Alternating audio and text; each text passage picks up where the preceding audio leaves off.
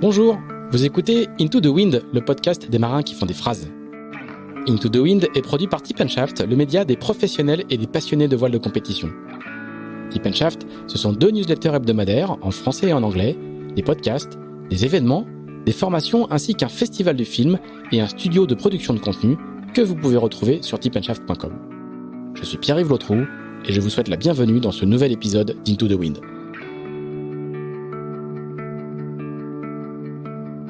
Cet épisode d'Into the Wind est présenté par Zhik. Zhik, et oui, on prononce bien Zhik. Si vous pratiquez la voile légère, vous connaissez forcément. Car la marque australienne d'équipement personnel est issue de l'olympisme, adoptée par de nombreux teams nationaux. Chez les Français, elle équipe Mano Audinet et Quentin Delapierre, Kevin Péponnet et Jérémy Mion, ainsi que Jean-Baptiste Bernaz, que du très beau linge. Distribué en France par Plastimo, Zhik s'est lancé sur un nouveau terrain de jeu, la course au large, avec des produits testés lors de la dernière Volvo Ocean Race par les équipages d'AkzoNobel et de Dongfeng. À la clé, un nouveau tissu respirant baptisé Event qui se caractérise par sa légèreté, sa respirabilité, son imperméabilité et sa durabilité. Normalement, leur ciré dure plus d'une saison. En Figaro, Zhik a été choisi par Pierre Le Boucher et en IMOCA par Alex Thompson. L'ambassadeur français ne va pas tarder à être dévoilé. Toute leur gamme est à découvrir sur plastimo.com et dans le réseau Plastimo.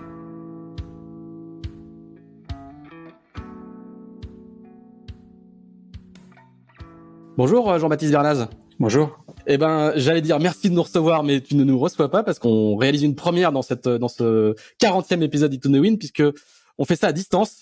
T'es sous le soleil, tu vas montrer les images du soleil depuis ton balcon de Sainte-Maxime. Hein, c'est bien ça, t'habites à Sainte-Maxime, je crois, si je me trompe pas. C'est ça. Tu vas montrer les images de soleil de la Méditerranée et moi je suis sous la pluie à Lorient. Donc le match a déjà bien commencé. Tu mènes très largement 1-0. Parce que moi, j'ai dû allumer la lumière dans ma maison pour pouvoir voir quelque chose. En tout cas, merci de prendre le temps d'échanger avec nous quelques jours avant que tu ne décolles pour le Japon. On va être assez transparent. On enregistre le 7 juillet.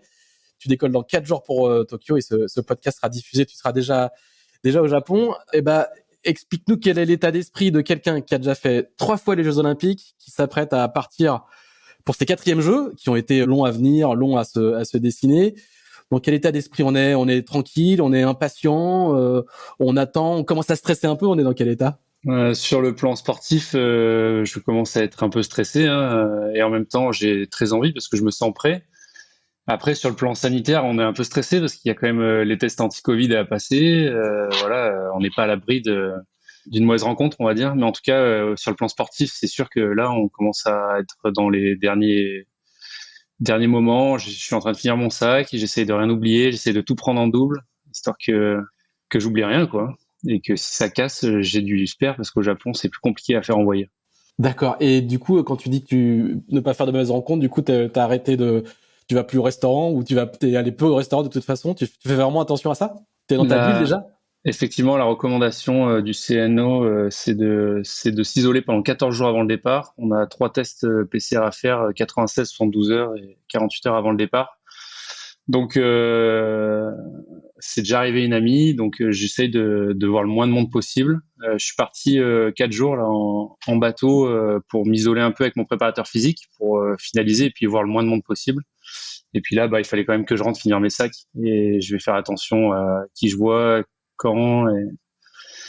Voilà, c'est un peu différent d'habitude, mais en tout cas, c'est un peu stressant. Alors, on va évidemment parler on va revenir sur ta carrière, mais avant, je voudrais que tu peut-être nous fasses un petit flashback sur ce que c'est qu'une année supplémentaire de préparation olympique qui n'était pas du tout prévue.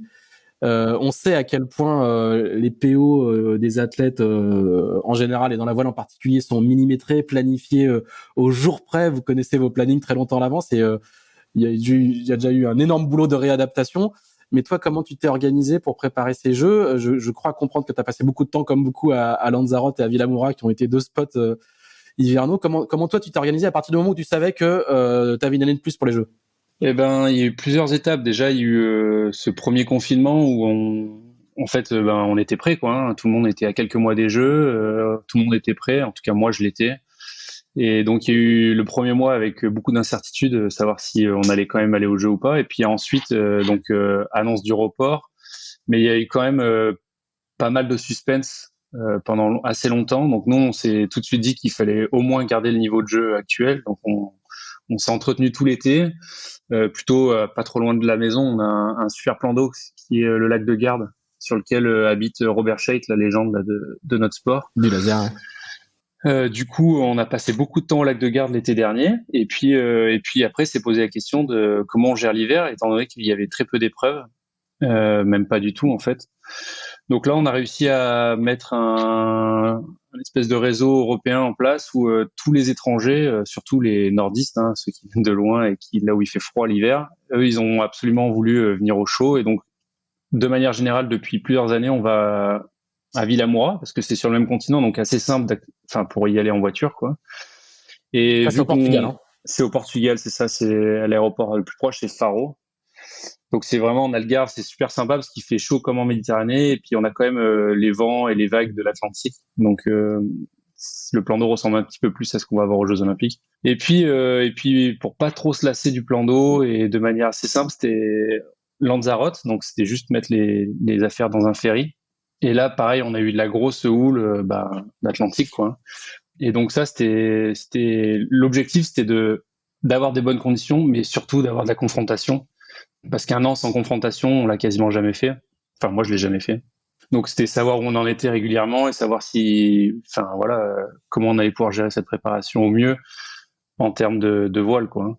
Et quand l'info tombe que les Jeux sont reportés, pour toi, il n'y a pas un quart d'hésitation de seconde, c'est juste un report, tu y retournes, il n'y a pas de...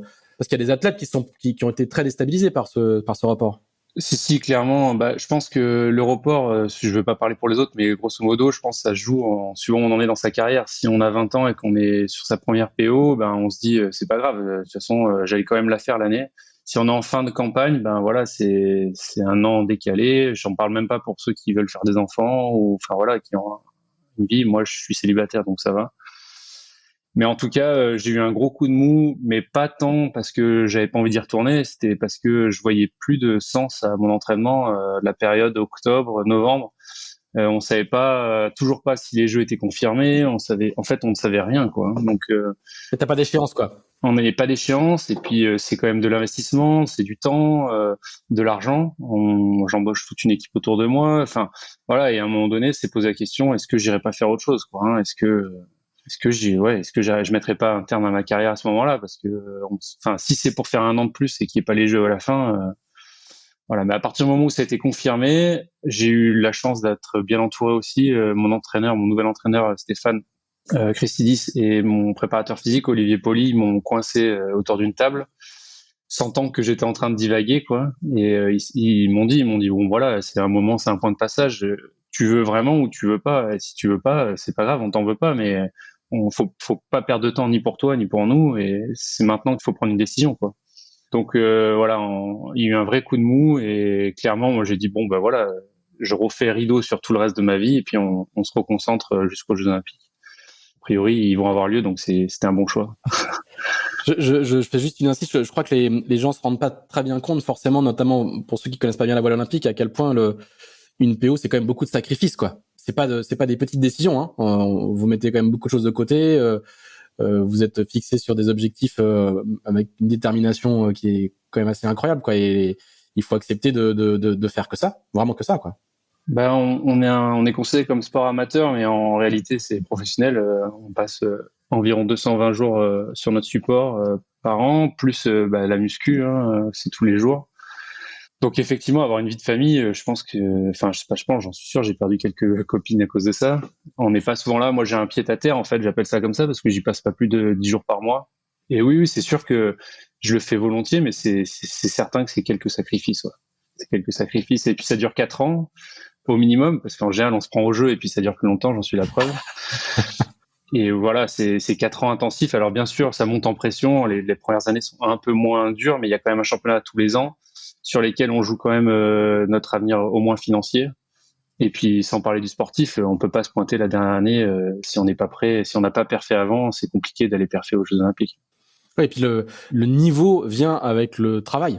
Ça reste un sport où il faut beaucoup être à l'établi, quoi. Ça, c'est certain. Après, je connais pas les autres supports, mais chacun doit y travailler parce qu'il y a soit du matériel, soit le physique, soit tout d'ailleurs. Et puis on est c'est un peu comme en solitaire, c'est-à-dire qu'on doit être capable de gérer chaque aspect de la performance, même si Moi, j'ai une équipe qui travaille derrière, mais quand même, il y a la prépa physique qui doit être pointue, il y a la technique, on fait de la tactique, on doit se déplacer, on doit être conseillé. Il y a l'aspect financier à gérer un peu derrière qui est pas colossal, heureusement. Ou malheureusement, je sais pas. Mais en tout cas, on n'a pas à le gérer, quoi. Pas trop. Alors, on va revenir un petit peu sur tout ça en détail. Tu connais le principe d'Into the Wind. On va repartir en arrière. Donc, on va repartir dans la deuxième moitié des années 80 où tu nais et où je crois où tout commence et où il y a à la base de tout, si j'ai bien compris, en faisant ma petite fiche habituelle, il y a un papa qui est déjà lui-même régatier et qui va sans te forcer à te mettre à faire du bateau, mais c'est lui qui met la petite picouse de départ, si j'ai bien compris. C'est ça, c'est assez incroyable parce que il vient d'un plan d'eau peu connu. Il y a d'autres champions qui sont sortis par là, comme François Le Castrec par exemple. Et c'est un plan d'eau au centre de la France, à Saint-Étienne, sur un barrage. Donc c'est tout petit. Et je sais pas pourquoi il a été mordu par la voile. Donc il s'est débrouillé pour faire son service militaire dans le sud, à Toulon. Et de là, il a décidé de s'installer près de la mer, de monter un business dans les bateaux. Et bah voilà, quand je suis né, moi, je suis né dans le sud. Enfin, c'était assez naturel, quoi. Hein. Même si j'ai pas trop apprécié au départ, j'aimais pas trop le bateau, ça me faisait peur en fait. Et un jour, en passant devant l'école de voile, parce que j'ai fait beaucoup d'autres sports, j'adorais le sport en fait. Donc j'ai fait du judo, du basket, et je faisais encore du basket. Et mon père, qui à chaque fois qu'on passait devant l'école de voile pour rentrer de l'école à la maison, il me disait bon, quand même, cet été, on fait un stage. Un jour, il était quand même têtu. Et un jour, je lui ai dit bon, vas-y, inscris-moi, je vais le faire ton stage. Et à la fin du stage, je suis Donc tombé. C'était de l'opti? C'était de l'optimisme ou un stage d'été. Hein, j'avais 7 ans. J'apprenais juste à nager, hein, donc j'étais tout petit. Donc j'ai fait une semaine de stage d'opti. Et puis à la fin de la semaine, l'entraîneur du club qui entraînait les optimistes l'hiver, il vient me faire passer 2-3 tests. Et puis soit c'était voulu et il m'a donné confiance, mais en tout cas, il m'a fait faire un jeu. Il m'a dit va la boue au vent. Et donc il m'avait positionné en bâbord pour que j'ai qu'un seul virement à faire. Et puis j'ai trouvé la solution. Et là, j'étais super content. Alors, il m'a mis en tribord, il m'a dit maintenant trouve une autre solution. Et puis là, j'ai senti que je butais quoi. Hein. Et puis d'un coup, je me suis dit, ah ben si, je vais faire la même chose de l'autre côté. Donc j'ai trouvé le cadre gauche. Et puis après, il me dit bon, bah trouve une autre solution. Et puis là, j'avoue que j'étais perdu. Donc on est rentré, on a été sur le tableau. Et puis il m'a montré toutes les possibilités de bord qu'il y avait à faire pour remonter au vent. Et là, je me suis dit ce sport, il est génial. Je suis dans la nature, il y a moyen d'être plus malin que les autres.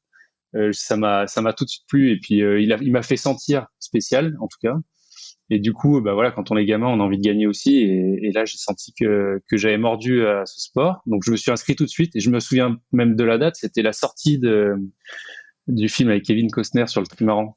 Ah, Waterworld. Waterworld, exactement. Donc le soir j'étais au cinéma voir Waterworld. Donc ah, tu te souviens donc précisément de la séquence et du jour où tout se passe. C'est ça. C'est incroyable. C'était assez incroyable. Après il y a eu d'autres moments clés, mais en tout cas celui-là c'était vraiment la mise en avant de ce sport quoi. Donc le week-end d'après j'ai fait une petite régate, un critérium hein, que j'ai gagné et j'étais ex aequo d'ailleurs avec mon meilleur ami qui devient mon meilleur ami qui m'a suivi jusqu'en pôle après. Donc c'était la mise en jambe quoi. Et en tout cas, première régate, première victoire. C'est ça. Moi c'était un critérium, hein, on va se calmer, c'est pas non plus. Non mais c'était super, hein, c'était super. Et ton père faisait de la régate aussi? Donc mon père il a fait du 4,70, enfin 4,20, 4,70 et puis mais dans sa ligue ça naviguait peu quoi, hein, donc il alternait entre Lyon et le barrage de Grandjean, donc comme je disais à Saint-Étienne. Donc il a été peu de fois en mer et ça c'était son rêve de faire de la régate. Donc après il a navigué sur des plus gros bateaux mais de manière locale quoi, en IRC. Et alors du coup très vite à partir de cette découverte là, donc qui a lieu si je fais mes calculs en 94 ou dans ces eaux-là quoi? Ouais, à peu près 95. Du coup là t'enchaînes sur le entre guillemets sur le circuit un petit peu traditionnel. Là c'est les régates régulières en opti, les parents qui suivent, etc. J'ai commencé mes régates en janvier 96, je dirais, et j'ai fait une demi-année. Ça s'est plutôt bien passé. Il me restait donc j'avais 8 ans, j'étais en Benjamin quoi, et ça s'est plutôt bien passé. Et puis il y a eu un autre fait marquant, c'est que j'avais peur du vent fort. Je pense comme beaucoup de gens. Au début, et puis on a eu un championnat national à Port-Barcarès dans le sud, et on a eu de la tramontagne toute la semaine, donc on n'a pas navigué les Benjamins D2, hein, les bébés quoi. Et le dernier jour, ils nous ont fait naviguer. Et là, je sais pas, j'étais crispé, j'avais peur. Donc, j'ai pris le départ et puis j'étais déjà têtu. Et j'ai dit à mon père, je rentre. Et donc, je prends le départ et puis je commence à aller vers le port. Et puis, j'avance. Et puis, mon père, il se dit, putain, mon fils est un génie. Il est du bon côté. Il va gagner la manche, quoi. Et moi, je rentrais, en fait. Et je rentrais auprès, tranquillement. Et puis, à un moment donné, il voit que je dépasse le cadre. Et puis, il se dit, putain, il rate le cadre, c'est pas possible et tout. Donc, il me suivait avec l'annexe. Et puis, à un moment donné, il dit, bon, là, ça y est, j'ai compris, il rentre. Donc, il est venu, il m'a mis un coup de Zodiac, il m'a fait virer. Je suis retourné à la bouée. Et puis, je passe troisième à la bouée au vent. Et donc là, je me prends au jeu, rebelote. Et puis voilà. Donc, ce jour-là, on a fait 4 manches. Et j'étais comme un fou furieux. Après, je voulais plus rentrer. J'ai dit à mon père, je reste sur l'eau, machin. Donc, ça a été vraiment le déclencheur. Et je fais une très belle régate. Je crois que je finis septième. Mais c'était vraiment un moment clé où ça m'a décrispé complètement de cette peur du bateau, quoi. Bon, désolé, on a un peu triché du coup sur le coup. Tu peux le dire maintenant, enfin, voilà, tu peux l'avouer. Il y a prescription. Mais voilà, ça a été encore un déclencheur. Alors sans me violenter, mais en tout cas, il m'a dit allez, tente le coup, vas-y, vire de bord. Voilà, il m'a fait passer un peu ce cap et ça a été encore un autre fait marquant. Donc après, après je suis passé en Benjamin, le cursus assez classique. Ça a plutôt très bien marché en Benjamin. Après, première année minime, j'ai grandi très vite. J'ai pris 1 centimètre par mois, donc j'étais complètement paumé dans mes repères. Et puis l'année d'après, j'ai fait un championnat d'Europe, mais j'étais déjà trop lourd pour l'optimiste. Et mon père, en parallèle, il s'est mis à faire du laser.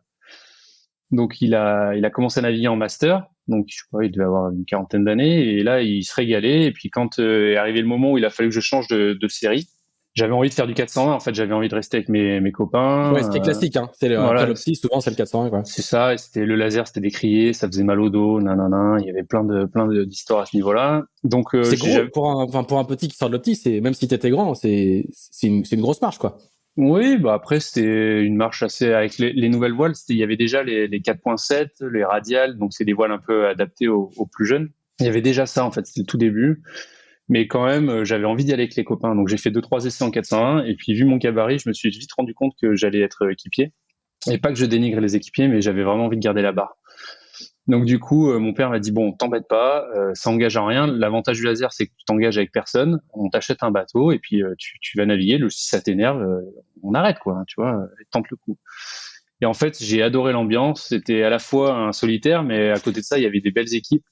Donc il y avait plein de clubs qui avaient des grosses équipes, donc on partageait des super moments. Donc j'ai pris un an. Enfin, j'ai commencé par un an. Le problème, c'est que ça tombait aussi sur l'année où ça se durcit un peu au collège et j'étais clairement en échec scolaire, quoi. Donc, en échec. Je me débrouillais pour avoir la moyenne, mais c'était pas brillant. Et puis, j'aimais pas être là, donc je prenais des heures de colle. C'était très compliqué. Donc, j'ai fait un an un peu raté parce que je pouvais plus m'entraîner vu que j'étais collé tous les mercredis. Et c'était à cause du bateau que tu avais des difficultés à l'école? Non, c'était en général. Non, j'aimais pas ça, quoi. Hein. C'était la solution que l'école m'apportait et me convenait pas. Et j'ai à bêtise, hein, peut-être, mais en tout cas, j'ai jamais réussi à mordre dedans. Et voilà, j'étais vraiment, c'est une catastrophe, quoi. Donc, j'ai fait beaucoup d'écoles différentes. Et puis, mon père, à un moment donné, ça l'inquiétait, quoi, hein, quand même. Donc, il me mettait la pression. J'allais travailler les soirs avec lui. Enfin. Et puis à un moment donné, on a trouvé une solution. Il y a encore une nouvelle rencontre, c'est Lionel Pellegrino, c'était l'entraîneur. Il venait juste de prendre ce poste au pôle d'Antibes et il s'amusait à faire il s'amusait pas, mais il faisait des regroupements avec les équipes de laser en même temps que les équipes opti pour essayer de draguer un peu du jeune en laser, quoi.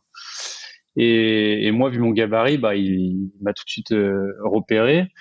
Et puis à Antibes, ils avaient la chance d'avoir une école qui faisait complètement du sport-études, c'est-à-dire on était en cours suivi par le CNED de 8h du matin à 13h, et puis après on pouvait aller naviguer. Et donc là, il s'est dit, bon, j'ai une belle opportunité de recruter une belle équipe de jeunes.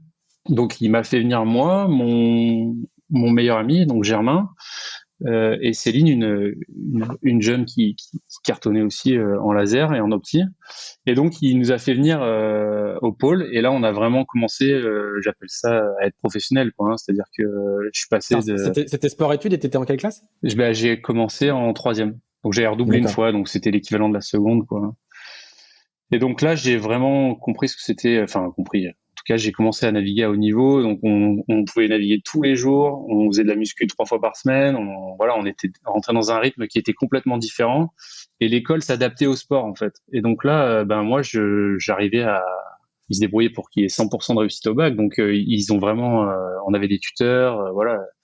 Donc, c'était vraiment l'école adaptée. Et donc là, ça a vraiment fait la différence parce qu'en jeune, celui qui fait des heures, enfin même en senior, mais surtout en jeune, celui qui fait des heures, il est devant, quoi. Hein. Donc là, en 2 ans, je suis champion du monde radial, jeune. Et puis après, je passe tout de suite en standard avec l'objectif en tout cas l'objectif, moi je savais pas trop. J'avais envie de faire les jeux, mais je savais pas trop.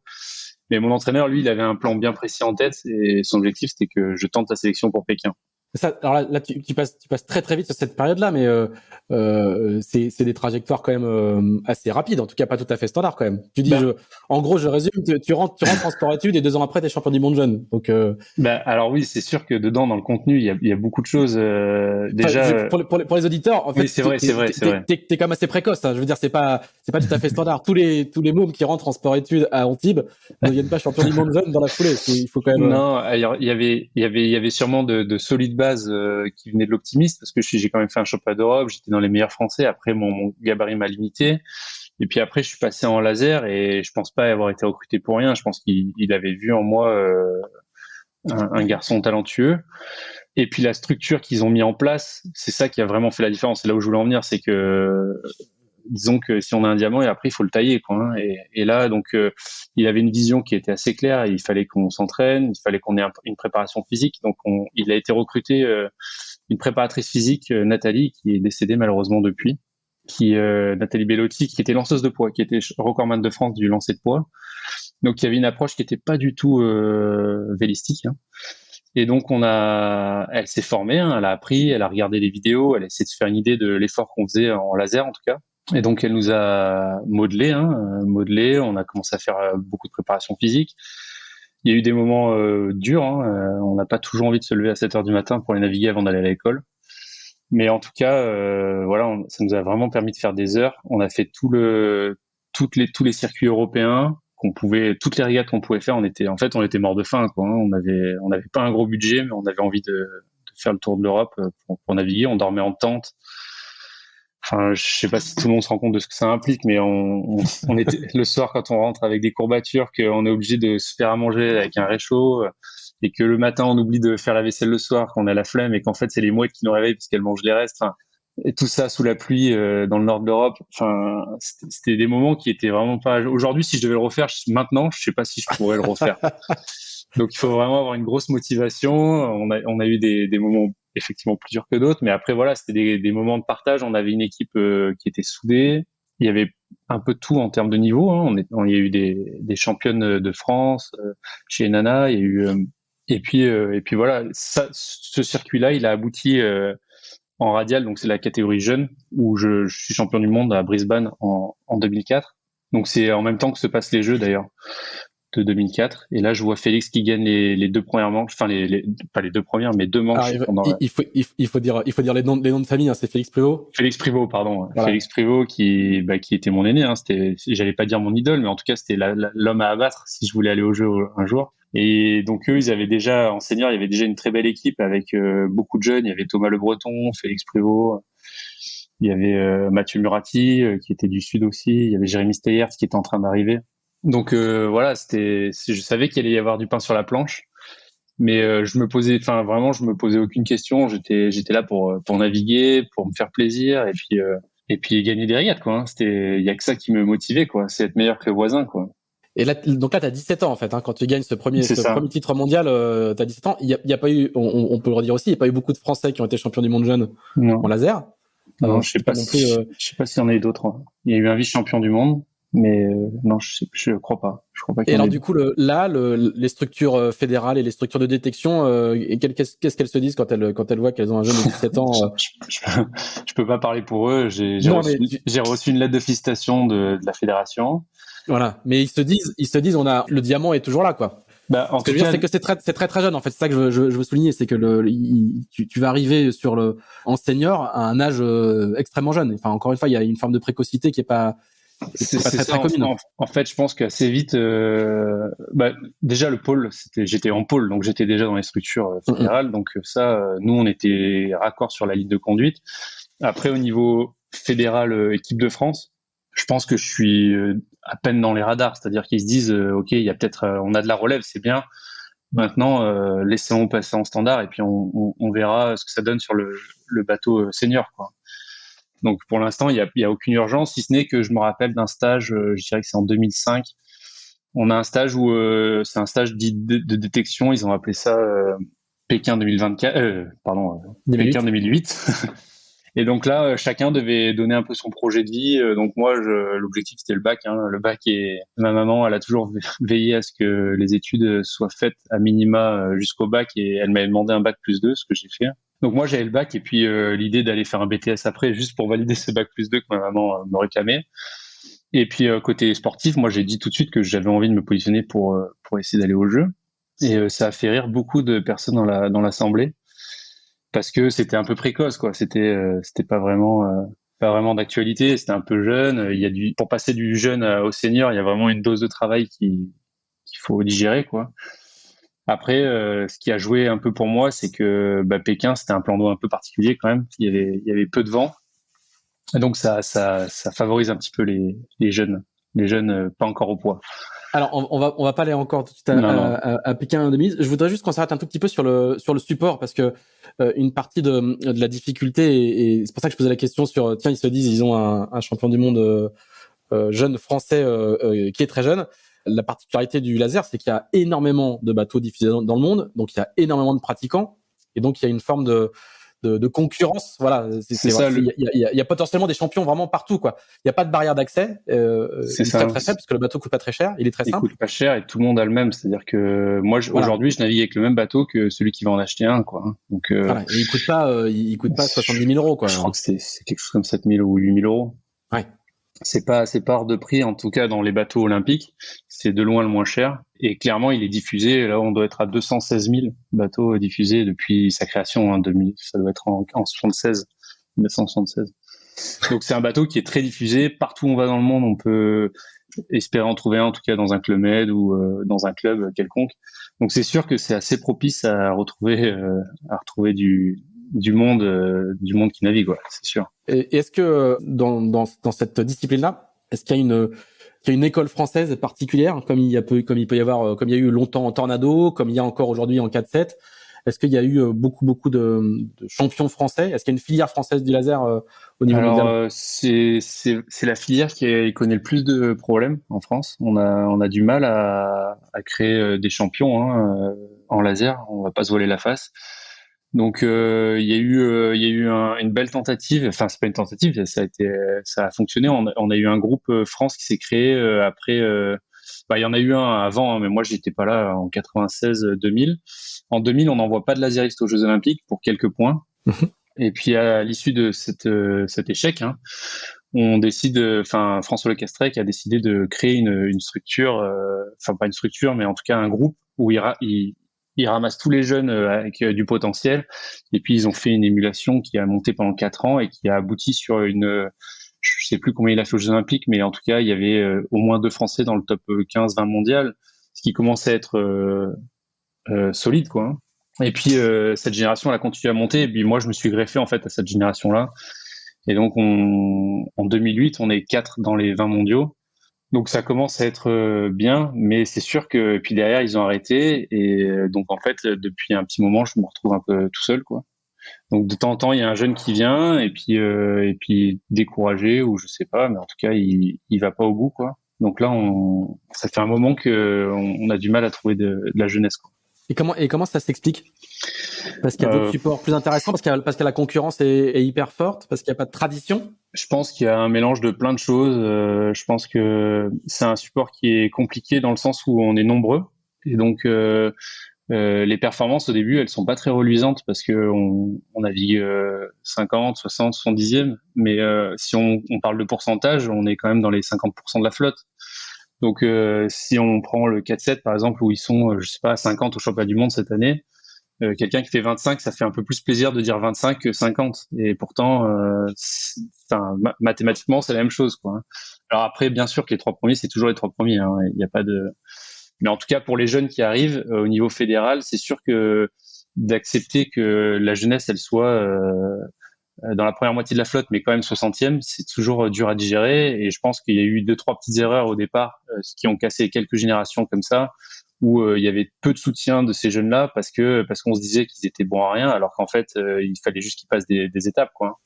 Et un milieu de tableau en laser, ça, même si t'es plus loin que dans un milieu de tableau en 4-7 ou en planche, quoi, ça vaut cher quand même. Ben, un milieu de tableau, c'est un milieu de tableau. C'est juste que le chiffre n'est pas du tout le même, quoi. Voilà, c'est ça. Donc, après, à partir de là, il y a eu sans doute le fait que le bateau soit dur. Donc, c'est sûr qu'il y a des jeunes qui aujourd'hui préfèrent faire du foil. Ça, je peux l'entendre aussi. Hein. Il y a pas de... C'est normal. Hein. Se mettre au rappel, ça fait mal aux jambes. Faire du foil, ça va vite, c'est fun. Nous, on donne toute notre vie pour arriver à 4 nœuds, 5 nœuds des fois. C'est sûr que c'est pas très reluisant. Donc voilà. Après, il y a sûrement eu un peu moins de pratiquants aussi ces dernières années. J'ai l'impression que les clubs, il y en a quand même moins.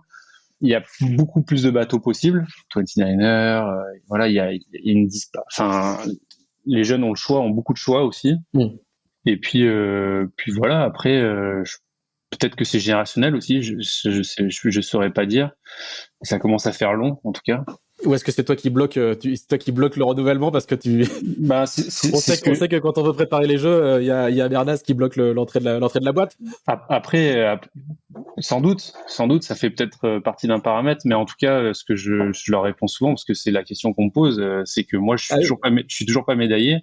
Et s'ils veulent prendre une médaille, parce qu'en fait, c'est le principe de l'olympisme, hein, c'est qu'on veut aller prendre une médaille, surtout quand on est dans une grosse nation comme la France, c'est qu'a priori, il faut me battre, quoi. Hein. Donc, et puis je sais pas, moi quand j'étais jeune, c'est pas du tout la question que je me suis posée, quoi. Hein. Je voyais Félix et Thomas, et puis j'avais qu'une envie, c'était de les battre, quoi. Alors bien sûr avec du respect, mais j'étais là pour les manger, quoi. Hein. Enfin, en fait, c'est ça le haut niveau, c'est que si on n'est pas prêt à marcher sur les autres, il faut pas en faire.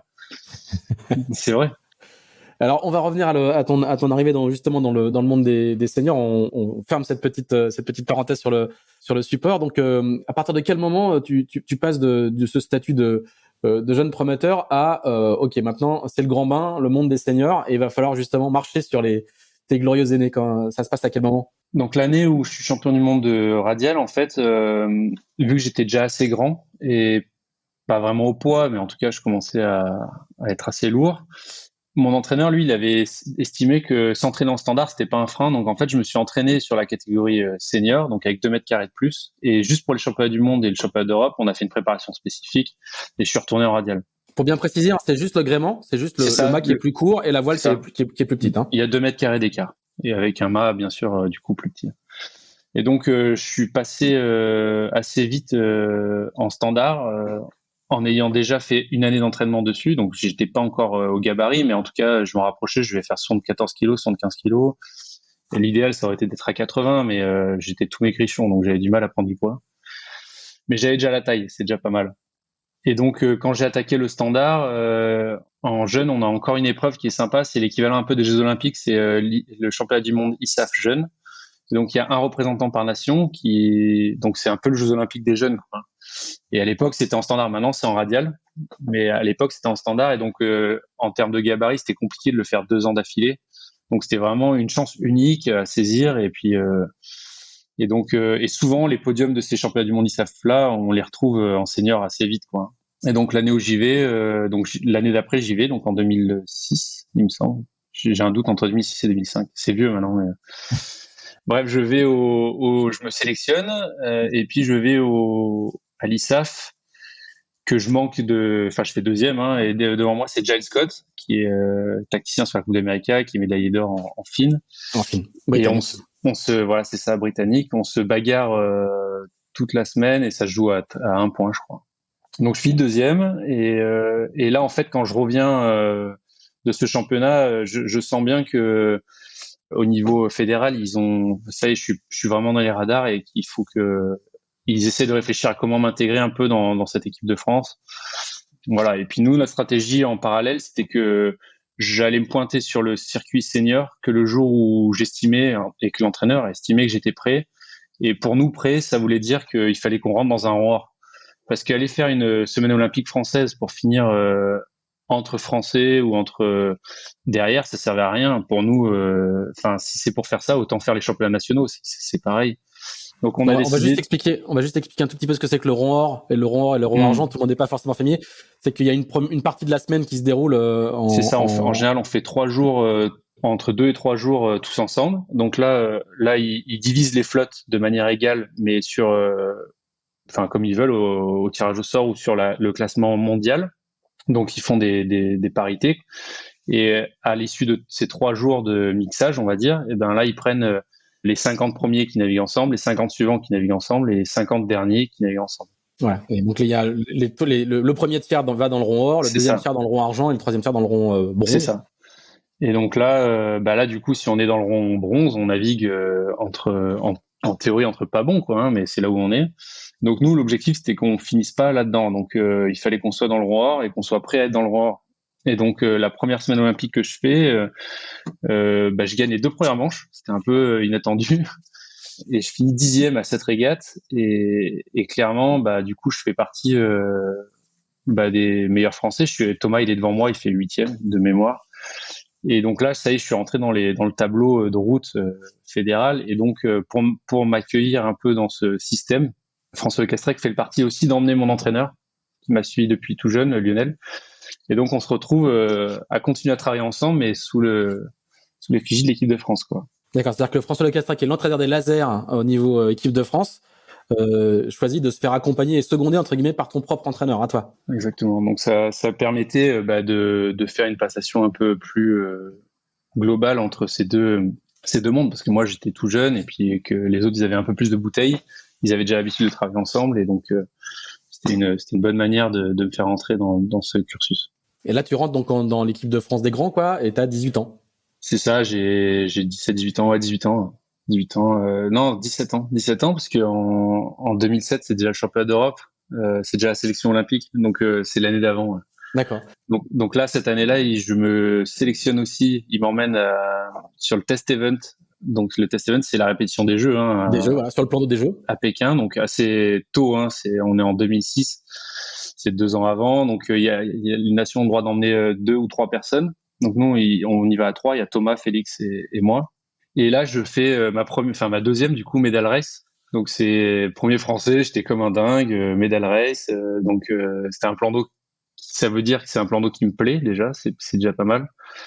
Et ça se passe super bien, quoi. Donc et là, on attaque 2007, sélection olympique. Donc il y a les textes, la signature Clairement, je suis rentré dans la bataille ce jour-là, quoi. Et qu'est-ce qu'ils se disent les deux anciens entre guillemets quand ils voient le petit jeune qui arrive et qui en quelques mois se met à leur niveau, en tout cas devient un concurrent pour la PO? En fait, c'était assez compliqué parce que franchement, j'avais pas le niveau qu'ils avaient. On va pas se mentir, en tout cas dans certaines conditions. Et du coup, je pense qu'ils l'ont pris un peu comme une injustice parce que sur les épreuves, j'étais là, quoi. Mais à l'entraînement, quand on s'entraînait ensemble, j'avais l'impression d'être nul, quoi. Hein. Ils me marchaient dessus tout le temps, et eux, je pense qu'ils avaient quand même l'impression que je jouais pas le jeu, que je donnais pas tout, donc il y avait, je pense, de leur côté, une part de frustration, quoi. Hein. Ils se disaient, ils nous cachent des choses, et puis à la régate, il est là, on comprend pas. Mais c'était vraiment pas voulu, quoi. Hein. J'étais juste pas au niveau dans la brise, j'étais pas au niveau sur les volumes, ce qui est normal. Hein. J'étais un peu tout jeune, quoi. Et t'étais transcendé par l'événement, quoi. Quand il y avait de la compète, t'étais transfiguré, quoi. C'est ça, la compète. J'adorais ça, quoi. En fait, je faisais ça pour la compète. Au départ, je pense que je suis pas un sportif. Moi, au départ, je suis pas quelqu'un qui aime le matin se lever, prendre son vélo, partir. Non, moi, ce que j'aime, c'est la compétition. C'est l'enjeu de battre son voisin, quoi. Il y a que ça qui m'excite, en fait. Après, je suis devenu sportif parce que c'était un moyen d'arriver à ces moments-là. Parce qu'il n'y en a pas beaucoup des moments dans la vie où on peut se confronter comme ça. Et là, le sport, c'est un beau moyen, quoi. C'est un beau moyen. Normalement relativement pacifique. Ouais, normalement, si, c'est pacifique quand même. C'est pacifique. Oui, non, mais je veux dire, c'est un moyen de s'affronter pacifiquement. C'est ça. Et alors, comment se passe la PO? À quel moment ils comprennent que c'est toi qui vas aller à Pékin? Alors, après, il y a eu un paquet donc la sélection à l'époque, c'était 3 épreuves. C'était le championnat d'Europe 2007, championnat du monde 2007 et championnat du monde 2008. Et donc là, on fait l'hiver 2006-2007 aux Antilles. c'est super quoi dans les alizés. Donc là forcément moi je suis à la rue complet parce qu'il y a du vent fort tous les jours et que je suis inexistant quoi. Je suis dernier sur tous les classements, on s'entraîne avec les Allemands, c'est dur quoi. Mais bon, moi je me pose pas plus de questions et puis de toute façon pour moi la sélection c'était un bonus quoi. C'était pas, enfin j'espérais mais j'étais pas du tout là-dessus. Pour moi j'étais pas encore au niveau quoi. Et puis arrive le championnat d'Europe. Donc le championnat d'Europe par chance en plus il est chez moi, il est à hier. Et la semaine olympique française, qui est la régate juste avant, 3 semaines avant, je vole un départ et du coup je me retrouve dans le rond argent, ce que je voulais pas du tout faire quoi. Mais on n'a pas fait assez de manches pour enlever la plus mauvaise, donc je me retrouve dans le rond argent. Donc je suis déprimé. Je sais que dans 3 semaines c'est la sélection, que ça va être compliqué, que je me sens pas au niveau. Enfin bref, le cercle vicieux de la dépression. Et donc le lendemain, je vais faire un coup de kitesurf et je me casse la cheville. Bien. Donc je me fais un arrachement ligamentaire à la cheville et là j'ai 2 semaines et demie quoi pour m'en remettre. Et en fait j'arrive à naviguer dessus, c'est pas flambant mais bon il faut y aller de toute façon, c'est le championnat d'Europe. Et en fait ça se passe super bien, je me sens en état de grâce quoi et je fais vice-champion d'Europe. C'était assez inespéré quoi en fait hein. Et Thomas lui aussi fait un bon championnat d'Europe, il fait 8e de mémoire ou 9e. Et par contre Félix passe complètement au travers de cette épreuve. Puis après, on enchaîne, hein, la saison continue, et puis on arrive au championnat du monde. Donc là, pour l'instant, il n'y a aucune décision qui est prise. Hein. On va au championnat du monde, et là, c'est à Cascais, au Portugal, et là, il y avait du vent fort. Donc moi, c'était un peu plus dur pour moi. Je finis pas et je fais pas une super régate. Enfin, j'ai l'impression de faire une très bonne régate par rapport à mon niveau, mais pas pour une sélection olympique, quoi, en tout cas. Et pour le coup, Thomas, lui, il est dans son élément, et il fait une super régate, il fait 8e. Il manque de peu de faire une vraiment très très bonne régate. Donc moi, je fais 30e ou 31e, je crois, ce qui est pas incroyable. Félix fait une régate moyenne. Et du coup, à l'issue de cette régate, il fallait aller faire le test event. Et là, par contre, c'est un test event fermé, c'est-à-dire que c'est un représentant par pays. Un représentant par nation, ouais. Donc c'est l'équivalent des Jeux Olympiques, mais un an avant, quoi. Et donc là, assez logiquement, il décide d'envoyer Thomas. Et donc Thomas va faire le test event. Et là, il y a vraiment pas beaucoup de vent. Moi, je vous cache pas que je suis un peu en dep. Hein. J'ai décidé de prendre un mois complet off. Je suis parti en Corse en bateau, voilà, et je suivais ça de très loin. Et comme reprise, je m'étais fixé les championnats de France qui sont normalement une formalité fin août, quoi. Donc le championnat était début juillet, donc j'ai vraiment décidé de me détendre, quoi. Donc j'ai arrêté un mois et puis Thomas, pendant ce temps-là, il allait au test event et ça s'est très mal passé au test event pour Thomas. Donc ça m'a, même si je lui souhaitais pas le malheur, mais moi ça m'a remis un peu dans la course, quoi. Et en fait, en rentrant de là, je sais pas pourquoi, j'ai pas les dessous de l'affaire, j'en sais rien, mais la fédération a décidé d'écarter Félix de la sélection et donc ils ont décidé de mettre une sélection que entre Thomas et moi. Et donc on a dû travailler tout l'hiver ensemble, mais en sachant qu'on allait se mettre sur la gueule à la fin, quoi. Donc c'est quand même une grande subtilité de ces préparations olympiques, hein. C'est qu'il faut être des co-compétiteurs, quoi. Il faut à la fois collaborer et à la fois s'affronter. C'est quand même ça peut bien se passer, mais ça peut aussi se passer de manière compliquée. C'est comme je dis souvent, enfin ceux qui me le demandent, en tout cas, je sais que j'ai eu beaucoup de chance parce que Thomas, c'était quelqu'un qui était très respectueux. On nous a même, pour aller plus loin, on nous a mis en chambre ensemble. C'est-à-dire que tout l'hiver, on était aux Antilles dans la même chambre. Et Thomas est capable de me laisser m'endormir avant pour pas que ces ronflements me gênent. Enfin voilà, c'est quelqu'un qui a été incroyablement tolérant et sympathique, quoi. Hein. Et ça n'empêchait pas que sur l'eau, après, on se faisait pas de cadeaux, quoi. Hein. Donc, et d'ailleurs, ça a été tellement dur et long cette préparation que nos perfs, elles ont fait que diminuer, quoi. C'est-à-dire qu'au championnat du monde, lui fait 17e, moi je fais 18e ou l'inverse. Enfin, je me rappelle plus, mais vraiment collé. Donc là, la fédération repousse encore les sélections. Ils nous demandent d'aller encore plus loin. Donc on va jusqu'à Palma, qui est au mois de mars. Donc à Palma, on refait l'un devant l'autre ou vice versa. Et puis à un moment donné, ils ont décidé d'arrêter le massacre, quoi. Donc ils me sélectionnent au jeu. Et donc là, on attaque une préparation finale qui est quand même vachement plus légère, quoi, que cette sélection qui a été longue et un peu fastidieuse, quoi. Parce qu'il y a un moment, en fait, cette compétition entre Français, elle devient contre-productive. En tout cas, chez nous, ça l'a été, quoi. Quand tu dis il faut arrêter le massacre, quoi. En fait, en tout cas, moi, c'est comme ça que je l'ai vécu. Après, il faudrait poser la question à Thomas, mais en fait, j'ai l'impression que lui, il avait pas franchement envie de continuer. Moi, j'avais pas franchement envie de le massacrer, quoi. Hein. C'était pas le but. Et de toute façon, j'en avais pas franchement le niveau, tu vois. on était vraiment posé on avait les fesses entre deux chaises, quoi. C'était assez compliqué de s'exprimer. Moi, je regardais plus du tout l'étranger, alors que quand même le but c'est quand même de gagner des régates, quoi. Hein. Donc en fait, moi, j'étais tout jeune, hein, j'avais 20 ans, je m'enfermais un peu dans un.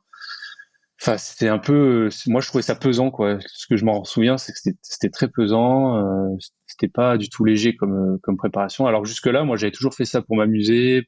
Et là, les sélections, ça m'avait un peu crispé. J'avais trouvé ça, dur, quoi, dur parce que je voyais que lui, il était dans le dur aussi. Moi, j'étais dans le dur. Et puis c'était pas. Et puis.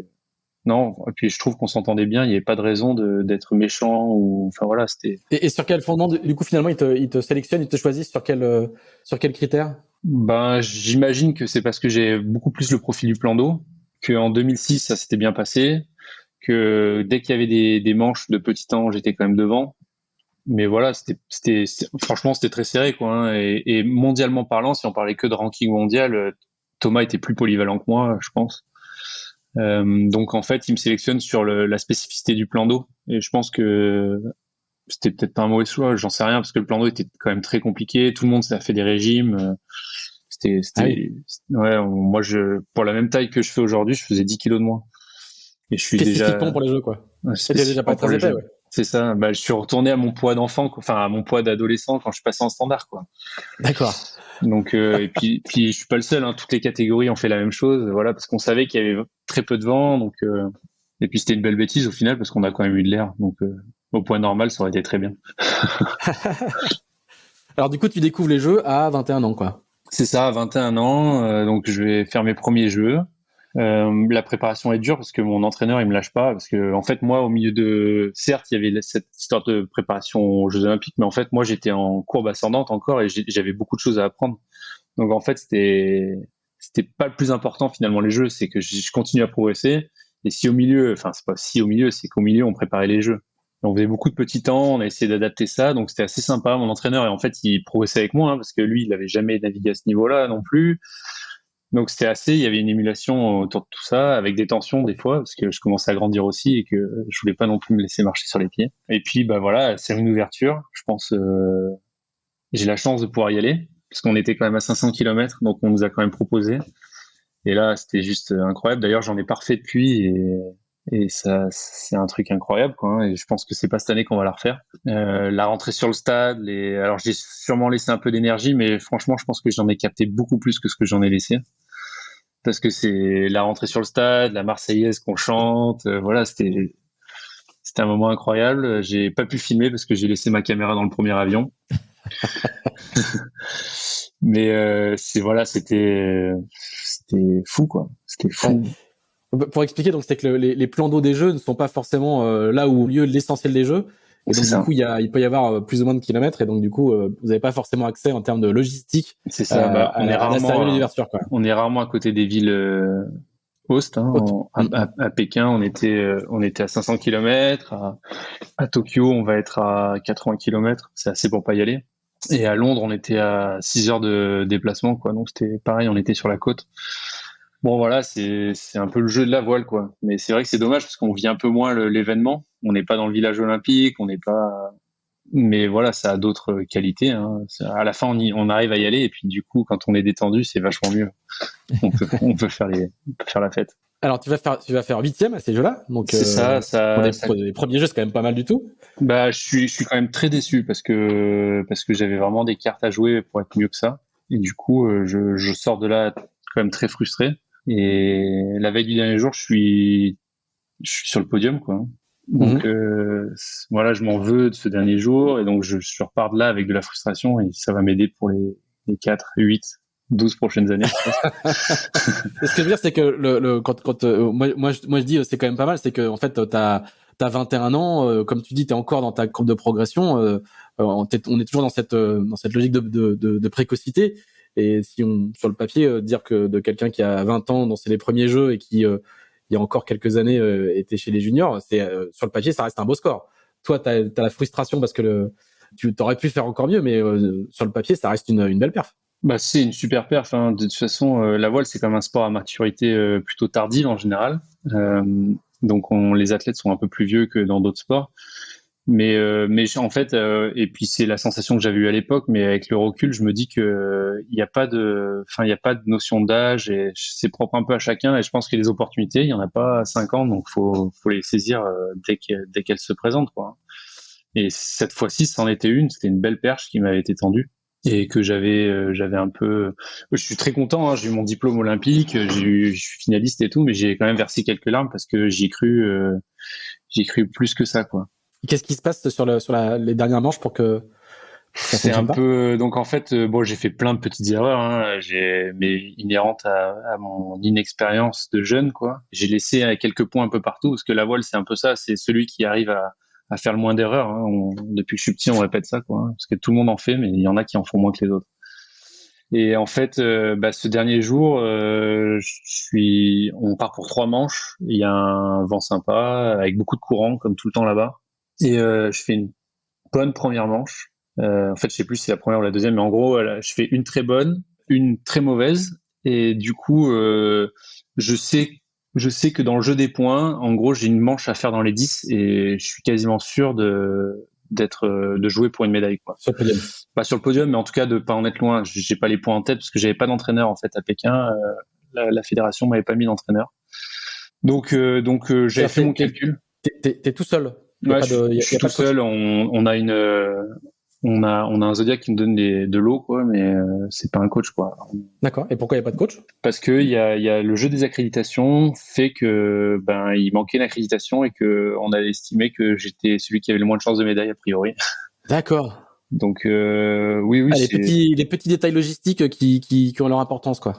c'est une vraie connerie en fait. On va pas se dire les choses autrement, quoi. Parce que envoyer quelqu'un aux Jeux Olympiques, c'est pour pas mettre d'entraîneur, c'est stupide, quoi. Après, je veux bien qu'il y ait des restrictions et tout, mais avec le recul, voilà, moi on m'a pas laissé le choix, donc j'y suis allé comme ça, mais c'est sûr qu'aujourd'hui on me le referait, je pense que je préférerais pas y aller, quoi.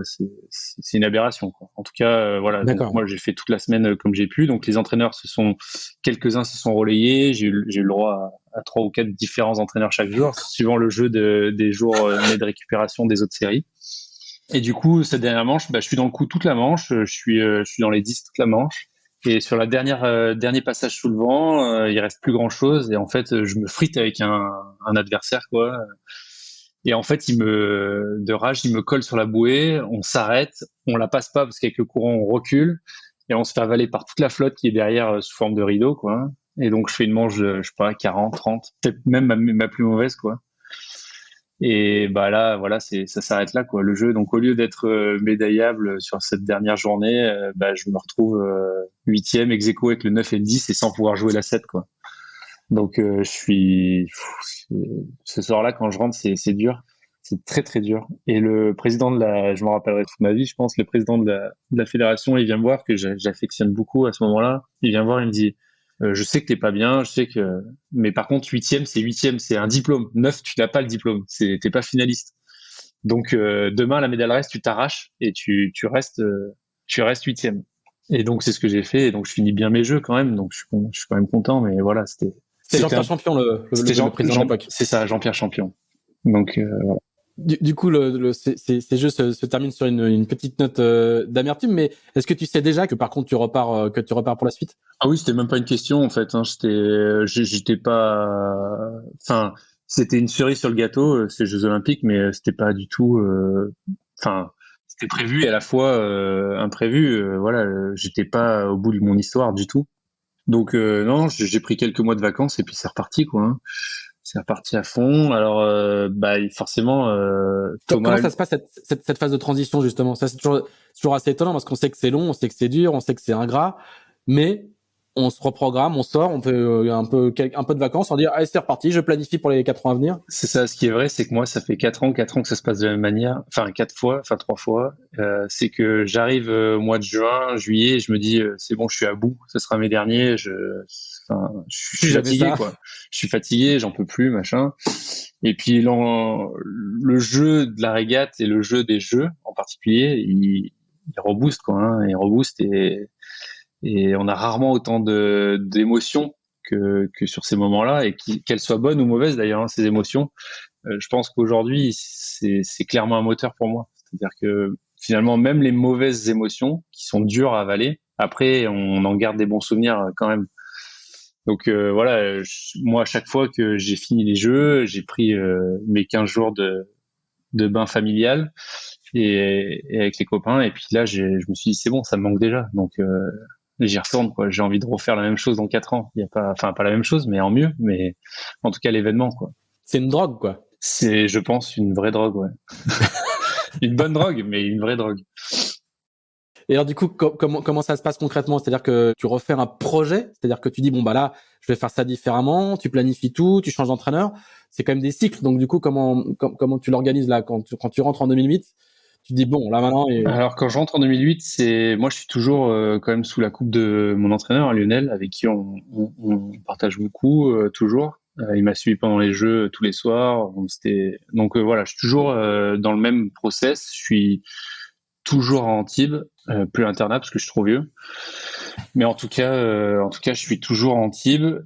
Et donc là, on fait évoluer un peu notre relation, mais pas tant que ça finalement. Donc on a toujours les mêmes caractéristiques d'entraînement où on se fait du foncier. Enfin, on construit vraiment nos saisons un peu comme, je vais appeler ça l'ancienne parce que maintenant c'est plus comme ça. Il y a des épreuves trop souvent. Mais disons on fait notre contenu l'hiver avec une période de foncier. On déstructure en prenant un petit mois de vacances au milieu, en faisant autre chose. Donc moi, je faisais souvent du match racing. Donc pour naviguer sur des plus gros bateaux en équipage, pour verbaliser un peu ce que je faisais, pour mettre à plat un peu mes connaissances. Et puis après on remonte sur le laser et donc voilà, on a fait 4 ans comme ça. Alors là, je commençais déjà à être un peu plus tout seul parce que Thomas il est passé en fine. Félix il avait arrêté après 2008 le championnat du monde et donc je me retrouve globalement un peu seul. Il y a Rodrigue Cabaz qui était un jeune qui était monté en même temps que moi, qui reste encore dans le coin, qui a fait un super mondial d'ailleurs en 2009. Et puis voilà, il y a moins cet effet de groupe. Et après dans la PO, donc pendant 1 an ça se passe comme ça. Et puis après il y a Félix qui revient pour tenter ses chances pour 2012. Donc là ça remet un petit coup de boost un peu à ma préparation. Et surtout qu'il revient en ayant un peu gommé toutes ses rancœurs de 2008. Et en fait, on arrive à vraiment, moi je trouve qu'on a vraiment beaucoup bossé et bien ensemble. Et c'était un moment agréable, quoi. Et malheureusement, par la suite, lui, il a été victime de cette histoire de no-show par la WADA, Adams, là, le contrôle antidopage, là, c'est chiant ces trucs-là. Donc, il faut dire où on est tous les jours. Quand on le fait pas, ben on prend. Donc lui, il a pris 1 an de retrait de licence.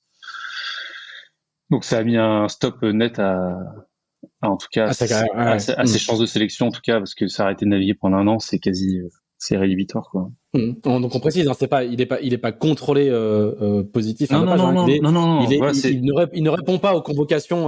Enfin, il ne précise pas où il est alors qu'il doit le faire tout le temps. Enfin, vous devez le faire tout le temps. C'est ça, on doit le faire tout le temps. Donc là, il n'était pas à l'endroit qu'il avait dit quand ils sont venus contrôler et 3 fois d'affilée. Donc bon voilà, c'est un peu dommage, quoi. Donc ça a un peu mis un stop à sa carrière à ce moment-là, quoi. Mais en tout cas, voilà, de mon côté, moi je suis toujours sur ma courbe. Je sais que j'ai beaucoup de boulot parce que les prochains jeux ils sont à Londres et que Londres, le plan d'eau pour le coup c'est l'inverse, il est très vanté. Et moi clairement c'est toujours un. C'est à Weymouth, hein. C'est à Weymouth, c'est ça. Et là moi, enfin, il y a plusieurs choses qui sont dures pour moi à Weymouth. Premièrement, c'est que quand on y va, nous chez moi c'est l'été. Et chez eux, c'est encore l'hiver. Et non, mais c'est un vrai, ça paraît rien comme ça, mais c'est quand même pas facile à accepter. Moi, par exemple, dans ma tête, les jeux d'été, ça a toujours été dans des endroits chauds, sympas et tout. Et puis là, en fait, on va se prendre la pluie toute la semaine, qu'il va y avoir du vent fort. Ça va être le terme qui avait été trouvé par la fédération, c'est que c'était un terrain agricole. Donc, ils avaient dit c'était quelque chose de dur, de pénible. Donc, et puis je valide, quoi. C'était dur et pénible, quoi. Et donc moi j'avais beaucoup de boulot parce que j'étais pas du tout au niveau dans ces conditions-là. Et puis en plus forcé de constater que j'avais pas encore ce qu'il fallait au jeu, quoi, hein. Il me manquait un petit peu. Donc voilà, on a peut-être fait des mauvais choix sur cette PO. En tout cas, ça a été un vrai tournant parce que avec le recul, hein, sur le coup, je m'en suis pas rendu compte, mais j'arrivais à un âge où il fallait que je récupère les clés du camion, quoi, hein. Je devais gérer mon projet. Et je pense que moi, j'étais pas prêt. Tu considères que tu étais encore trop cornaqué, quoi. Ouais, c'est ça. Moi, j'étais beaucoup drivé par Lionel, hein, toujours. Et puis ma préparatrice physique aussi. qui est décédé dans cette PO-là en 2010, donc il y a eu un peu de mouvement, mais globalement, Lionel prenait quand même les décisions importantes, en tout cas sur la stratégie qu'on mettait en place, sur le planning, sur de qui on s'entourait. Et en fait, moi, c'est un moment où je pense que je perds un peu de temps parce que c'est vraiment un moment où il faut que je récupère la possession de mon projet pour mettre mes dernières forces au moment voulu, quoi. Hein. Et là, moi, j'arrive pas à m'approprier mon projet sur ces 4 ans-là. Et je pense que l'entraîneur, lui, il est pas prêt à les donner non plus parce que c'est un peu son bébé aussi. Donc les lignes ont bougé pendant toute la PO et on a eu du mal à, pourtant on est toujours amis et tout, mais on a eu du mal à mettre ça en place correctement, quoi. C'est le moment où l'oiseau doit quitter son nid, quoi. Exactement. Et là, on l'a pas fait. Et donc, je pense qu'il nous a manqué un petit coup de pied aux fesses sur cette PO. Ça a été presque trop simple donc je rejoue les sélections. C'était douloureux parce que c'était douloureux. En fait, j'étais tout seul ou presque, quoi. Et les performances, c'était pas les performances que la fédération espérait au niveau mondial, quoi. Et donc la DT a été très dure. Le DTN, ça s'est très très mal passé avec le DTN. Philippe Gouard. Et donc, moi, j'en garde un très mauvais souvenir de cette PO parce que les perfs, moi, j'avais une idée de mes perfs qui était au début, j'espérais être dans les 10 premiers sur les régates, mais en fait, après des jeux comme ça, tout le monde s'attendait à ce que je vienne et que je joue les podiums à chaque fois. En fait, j'étais pas du tout au niveau. Voilà, j'étais dans certaines conditions très bon, mais dans d'autres, c'était très dur. Donc, il y a eu un vrai décalage entre les attentes des gens et ce que je pensais de moi, en tout cas, hein, mon réel niveau. Et donc on a fait la PO avec on a eu des victoires aussi, hein. Ça c'est quand même, c'était pas tout le temps de l'échec, mais c'était quand même compliqué à gérer. Et puis arrive la sélection et la sélection elle est, je me souviens même plus sur quoi c'était, mais je suis tout seul en fait. T'es tout seul, c'est ça. Donc le DTN avait vendu qu'il enverrait toutes les catégories olympiques. Et moi, j'avais quelques perfs. Je fais une fois dans les 10 un championnat du monde, donc ça commençait à être bien. Mais j'étais aux prémices j'étais encore en formation, quoi. Hein. Et donc je vais au jeu avec l'idée et l'espérance qu'il y ait quelques jours de petit temps, mais en fait ça s'est jamais arrivé. Donc voilà, je fais 10e, je suis franchement déçu, quoi. Après, je pense que j'avais de quoi jouer une 6e, quoi, mais je pouvais pas espérer une médaille sur ces jeux-là, en tout cas pas dans ces conditions-là. Donc je ressors de là sans être trop heureux, quoi. J'étais pas. Donc là, je prends très peu de vacances, mais par contre, un vrai changement de vie, c'est-à-dire que je suis ma copine du moment qui finit ses études à Rio, et donc je pars 1 an à Rio avec elle, et en fait les prochains jeux. C'est ça. Et donc en fait, on fait d'une pierre deux coups, c'est-à-dire que moi je lui avais demandé de décaler d'1 an, du coup moi j'étais dispo, et en plus ça me permettait de préparer Rio. Donc en fait, j'étais déjà projeté parce que pour moi ça allait être très dur les jeux, et donc en fait c'était une préparation presque sur 8 ans Rio. D'accord. Donc il y a eu les jeux au milieu, c'est pour ça que je passe assez vite parce que c'était pas une PO agréable du tout. Bon voilà, moi c'est très gris dans ma tête. Donc là Rio, changement de DT. Donc en fait du coup là pour le coup ma question que je t'ai posée tout à l'heure à l'issue de Pékin 2008, l'enchaînement il y a même pas enchaînement en fait, d'après ce que tu racontes, c'est non, c'est assez naturel. T'es déjà projeté avant même les Jeux de Londres, t'es projeté sur les Jeux de Rio. Ouais, quand même pas avant les Jeux, mais vraiment oui. Je caricature, mais c'est ça. C'était vraiment une continuité parce que j'étais frustré de pas pouvoir m'exprimer parce que j'avais pas le niveau en fait, donc j'avais vraiment envie d'aller m'entraîner, quoi, hein, tout simplement, quoi. Donc pour mettre toutes les chances de mon côté, donc je suis allé à Rio, j'ai fait 1 an là-bas. C'était dur au début parce que c'était impossible de rentrer dans les yacht clubs, ils voulaient pas me laisser faire de la voile. Donc pas parce qu'ils voulaient pas, mais parce que j'étais pas assez riche. Et donc de fil en aiguille, j'ai fini par réussir à rentrer dedans. J'ai commencé à m'entraîner, puis Robert Scheidt, qui lui venait de revenir en laser, il s'est mis avec moi, et puis on a commencé à s'entraîner tous les deux, à nouer une petite amitié, quoi. Hein. Donc c'était sympa parce que c'est quand même la légende, quoi. Hein, Robert Scheidt. C'est ce que j'allais dire. Il faut que t'expliques un peu à nos auditeurs qui c'est, parce que c'est pas n'importe qui du tout. Robert Scheidt, aujourd'hui, il a 48 ans, il a, je sais pas, une dizaine de titres mondiaux dans ma catégorie, 5 médailles, dont 2 d'or. 3 en star, 3 en laser, 2 en star. 2 en star. Et puis voilà. Et là, il revient pour la PO de Rio, quoi. Il revient, il repasse du star au laser parce que le star disparaît des jeux. Et il est brésilien, hein. Et il est brésilien. Quand on dit légende, là, le mot n'est pas du tout galvaudé, quoi. C'est vraiment le type et il fait partie des athlètes, mais qui dépasse même le cadre de la voile, en fait. Hein. Ouais, bien sûr. Il a 5 médailles olympiques en 5 jeux. C'était juste incroyable, quoi. C'est un bon sparring partner, là. J'ai beaucoup de chance de pouvoir m'entraîner avec lui. Et puis lui, il est content aussi parce que je suis quand même dans le coup au niveau mondial. Et lui, il manque de repères parce qu'il vient de revenir. Donc, on s'entraîne vraiment sur le plan de Rio pendant 1 an. Donc, c'est super. Et donc, par contre, cette année-là, il y a eu beaucoup de changements. C'est-à-dire que la fédération change de DT. Et en fait, la DT décide de me faire arrêter ma collaboration avec mon entraîneur. Donc c'est la direction technique nationale, hein, c'est ça, c'est eux qui gèrent un peu les cadres fédéraux. Enfin, pas un peu, mais qui gèrent les cadres fédéraux. Ouais.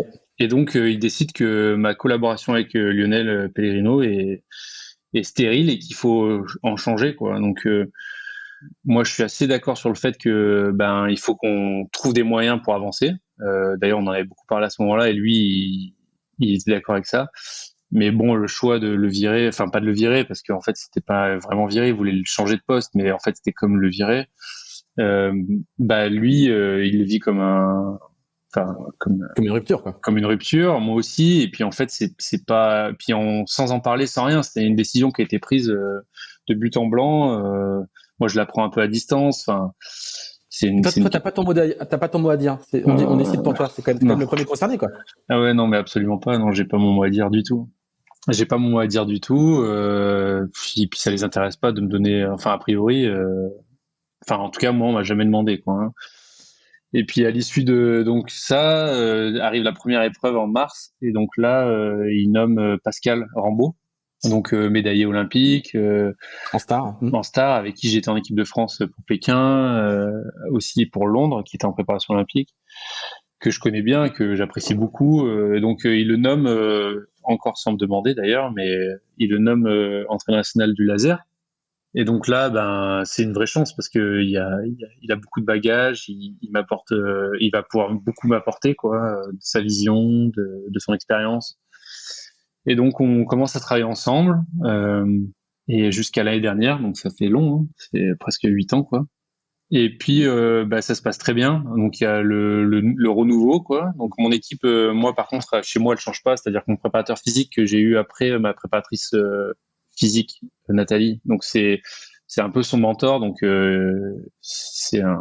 je l'appelle le génie de la préparation physique. Maintenant, je suis peut-être pas neutre, mais Olivier Poli, qui est une référence, qui a écrit beaucoup de bouquins, que je trouve ouvert, à qui j'aime bien la démarche et la façon de travailler.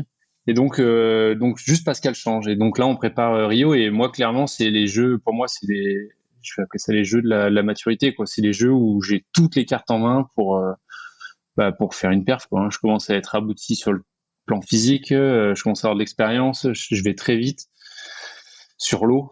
Je connais le plan d'eau. On commence à beaucoup le connaître. Enfin voilà, c'est vraiment les jeux. Je manque un peu de concurrence en France pour pouvoir m'entraîner tout seul dans mon pays, mais j'ai la chance d'avoir Robert, j'ai la chance d'avoir des étrangers avec qui ça se passe bien, donc ils veulent s'entraîner avec nous. Mais voilà, donc on prépare assez sereinement ces jeux. Moi, avant ça, j'ai quand même des points d'étape où j'ai envie de marquer les esprits en termes mondial. Et je fais un bon championnat du monde en 2014, et puis en 2016, je suis vice-champion du monde. Un bon championnat du monde, c'est 6e. Ouais, c'est ça, je fais 6e. Ouais. Donc je rentre dans les clous, quoi. Hein. J'ai l'impression, en fait, pour moi, la gagne, elle se joue entre les 5-6 premiers, quoi. En général, après il y a un petit décroché. Et de manière générale, en moyenne, c'est ça, quoi. C'est-à-dire que les 5 premiers, on peut estimer qu'ils jouaient pour une médaille, quoi. Et puis après, il y a le test event aussi. Tu passes directement à 2016 et au titre de vice-champion du monde, c'est évidemment énorme. Mais il y a quand même une deuxième place au test event qui là aussi est à pour marquer les esprits, c'est important. Ouais. C'était très particulier parce que en fait, le championnat du monde de cette année-là, donc 2015, il est au Canada et ça se passe très très très très mal. C'est-à-dire, je fais un rond argent, donc ça n'était pas arrivé depuis cette fameuse semaine olympique. Donc ça faisait quasiment 8 ans que j'avais pas fait une contre-performance comme celle-là. Et cette année-là, j'ai eu l'impression de faire un coup des très bonnes régates, un coup des très mauvaises, un coup des très bonnes, un coup des très mauvaises. Et c'est là que j'ai recommencé à travailler en préparation mentale, parce que je pense qu'il y avait quelque chose à trouver, quoi, sur de la constance. Et en fait, je sors de ce championnat du monde un peu abattu, quoi. Je suis champion du monde quand même du Roi Argent, c'est pas rien. Non, mais je sors vraiment abattu. Et 3 semaines après, on a le test event, quoi. Donc j'y vais parce que je suis quand même le meilleur français. Et en fait, ça commence pas bien parce que la première manche, je suis quasiment hors temps. Ça m'est pas arrivé souvent, ça non plus, mais le vent tombe et en fait, on n'arrive pas à rejoindre la ligne d'arrivée, quoi. Et puis, par contre, après, tout se redéroule bien. J'arrive à remettre mon jeu en place et je commence à reprendre confiance, en fait, dans ma façon de naviguer, dans ma façon d'appréhender l'événement. Et puis, je finis par finir deuxième sur cette régate. Et donc, voilà, c'est faire une médaille sur un test event à un an des Jeux. Il y a déjà tous mes concurrents. Voilà, rendez-vous. C'est ça, ça fermé dans la hiérarchie pour l'année prochaine, quoi. Donc je suis très très content. Ça relance un peu ma saison. Enfin, ça la clôture bien, on va dire, parce que c'était la fin de la saison. Mais disons que ça me laisse de l'espoir. Et de toute façon, on monte jamais sur un podium olympique par hasard, donc il faut être déjà monté dessus avant, quoi. Non, il n'y a pas beaucoup d'accidents. Mais t'es toujours tout seul en termes de concurrence dans ce cadre de cette PO, ou il y a d'autres gens avec qui tu peux batailler en France? Il y a quasiment personne, quoi. On a, enfin pas du tout. On a rarement, enfin. On prend des partenaires. Hein. Il y a 2 jeunes qui faisaient entre 30 et 40 au championnat du monde. Mais en fait, du coup, ils avaient quelques qualités qu'on allait chercher dans certains entraînements, mais on pouvait pas s'appuyer sur eux pour créer de la perf, quoi. C'était compliqué. C'était compliqué. Eux, ils étaient en devenir et ils étaient dans la quantité pour l'instant, quoi. Nous, on était déjà sur de la qualité. Donc, bien sûr que quand on arrivait à faire des regroupements, ils étaient invités et on a fait des stages ensemble. Mais c'était compliqué. Enfin, dans la démarche de me bousculer, ils n'étaient pas assez présents, quoi.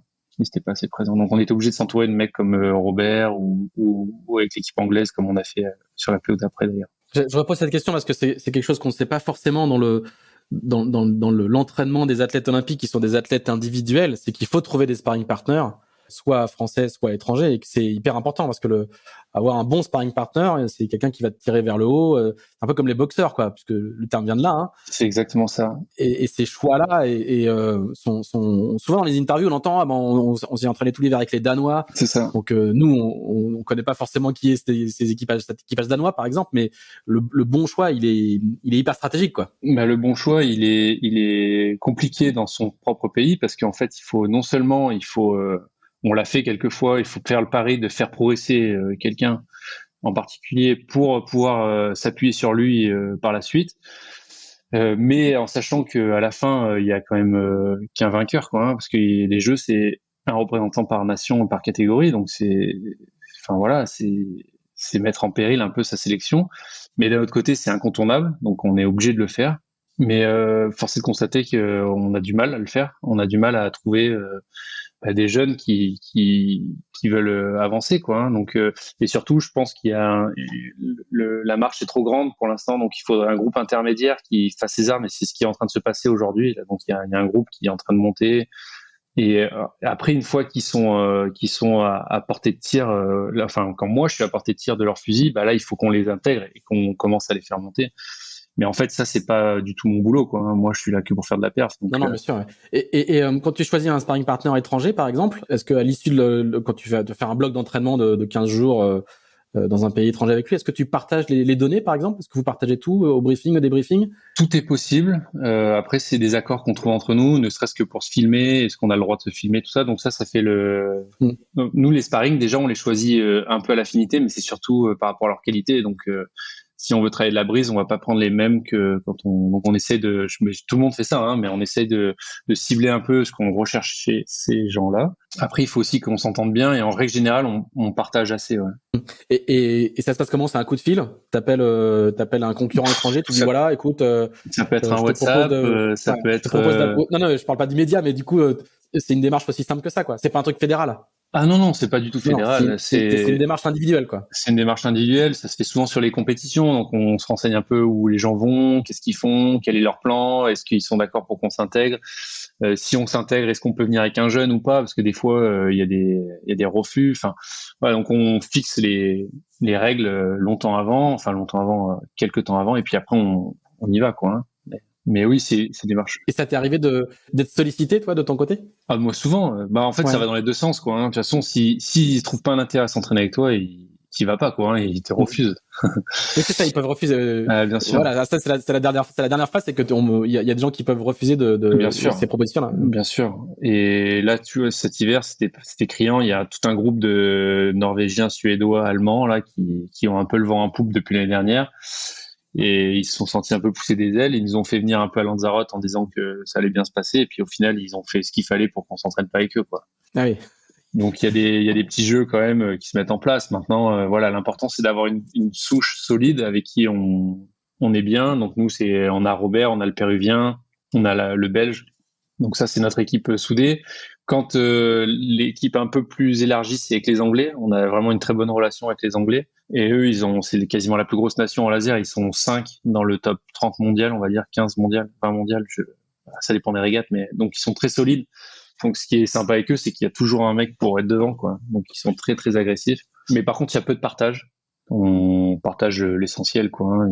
C'est un peu politique entre nous. Des fois, on sait pas trop ce qu'ils veulent. Voilà, mais en tout cas, ça se passe toujours bien depuis 5 ans, donc on reste avec eux. D'accord. Ouais, c'est un aspect des choses qui est pas forcément très visible de l'extérieur, donc c'est pour ça que je posais la question.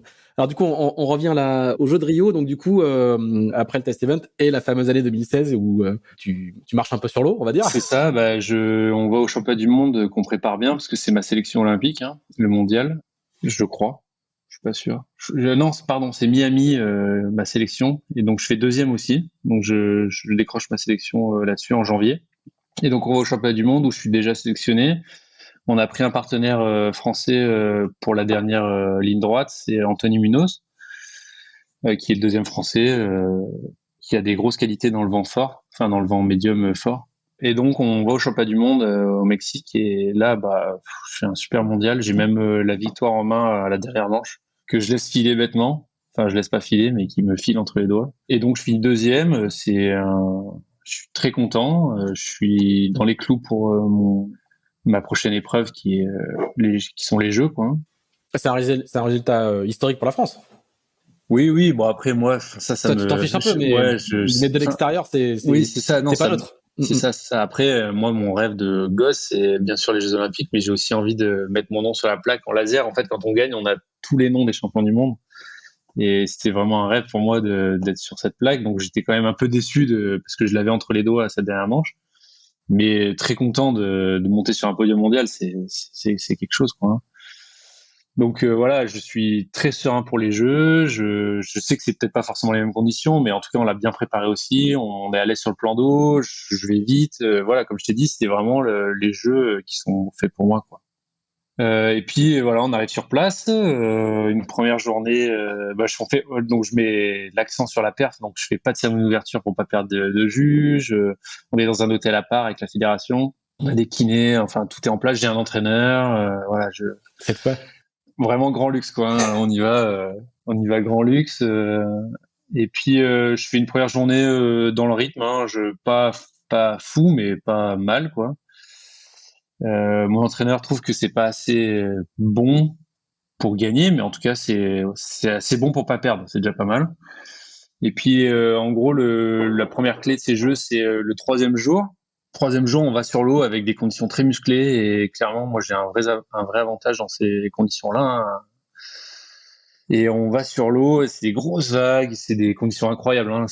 On est devant Copacabana et grosses vagues, gros vent. Premier départ, je fais un très mauvais départ et je reviens toute la manche et je fais une manche de 7 de mémoire.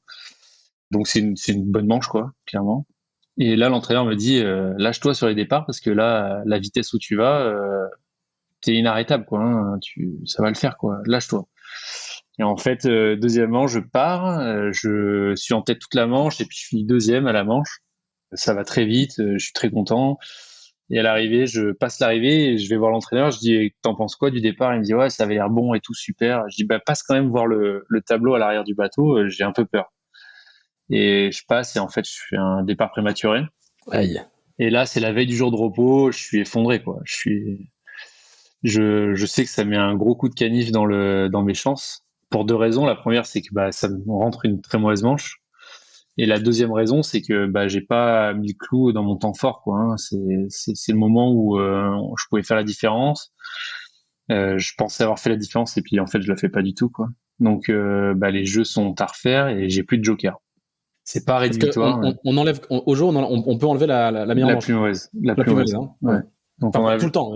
Même au jeu, on peut enlever la Oui, la bien plus sûr, mauvaise. bien sûr, on enlève la plus mauvaise. Et de mémoire, oui, on enlève que la plus mauvaise. Et donc sauf la maîtresse qu'on peut pas enlever. Oui. Et donc là, bah voilà, j'ai plus de joker. Je suis pas mort, hein, mais pas loin. Et puis, mais j'ai été très touché sur ce coup-là, là. Et puis, bah les jeux avancent. Je fais encore quelques petites erreurs. Hein, il y en a quelques-unes encore. Et bref, je me présente à la Medal Race, quatrième, assez loin. Je crois que je suis à 13 points. Donc il y a 20 points distribués sur une Medal Race.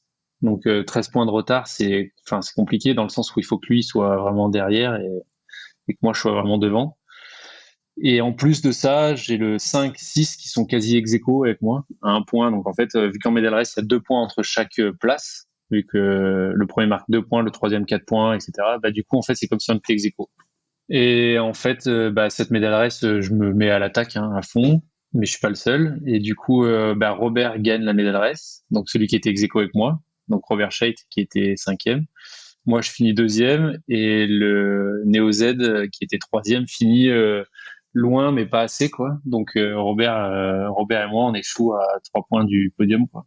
Donc voilà, c'est frustrant de fou encore. Hein. Je suis pas abattu parce que, enfin si, je suis vert parce que c'était mes jeux et je pensais vraiment faire mieux. Mais bon, voilà, c'est le sport. Hein. J'étais pas le seul à chasser le métal sur cette semaine-là. Et là aussi, tu sais que c'est pas fini, que tu vas repartir. Bah là j'ai besoin d'y réfléchir parce que vraiment voilà. j'avais un plan où en fait parce que mon troisième rêve de gosse c'est la Coupe d'Amérique et là j'ai un âge où j'ai 32 ans. Non pardon, j'ai 29 ans, 28 ans. Et là je me dis bon va falloir commencer à faire un choix, quoi. Hein. Est-ce que c'est pas trop long de refaire une PO? Voilà, j'ai plein de choses qui tournent un peu en rond. Et vu que j'espérais bien prendre une médaille, ben du coup ça me chamboule un peu parce que je suis pas allé au bout de mon histoire. Je suis ni champion du monde, ni champion olympique, ni voilà. Donc j'ai l'impression d'avoir une revanche à prendre. Donc d'abord je fais un état des lieux avec les gens avec qui je travaille, c'est-à-dire préparateur physique. Est-ce que je me sens en forme?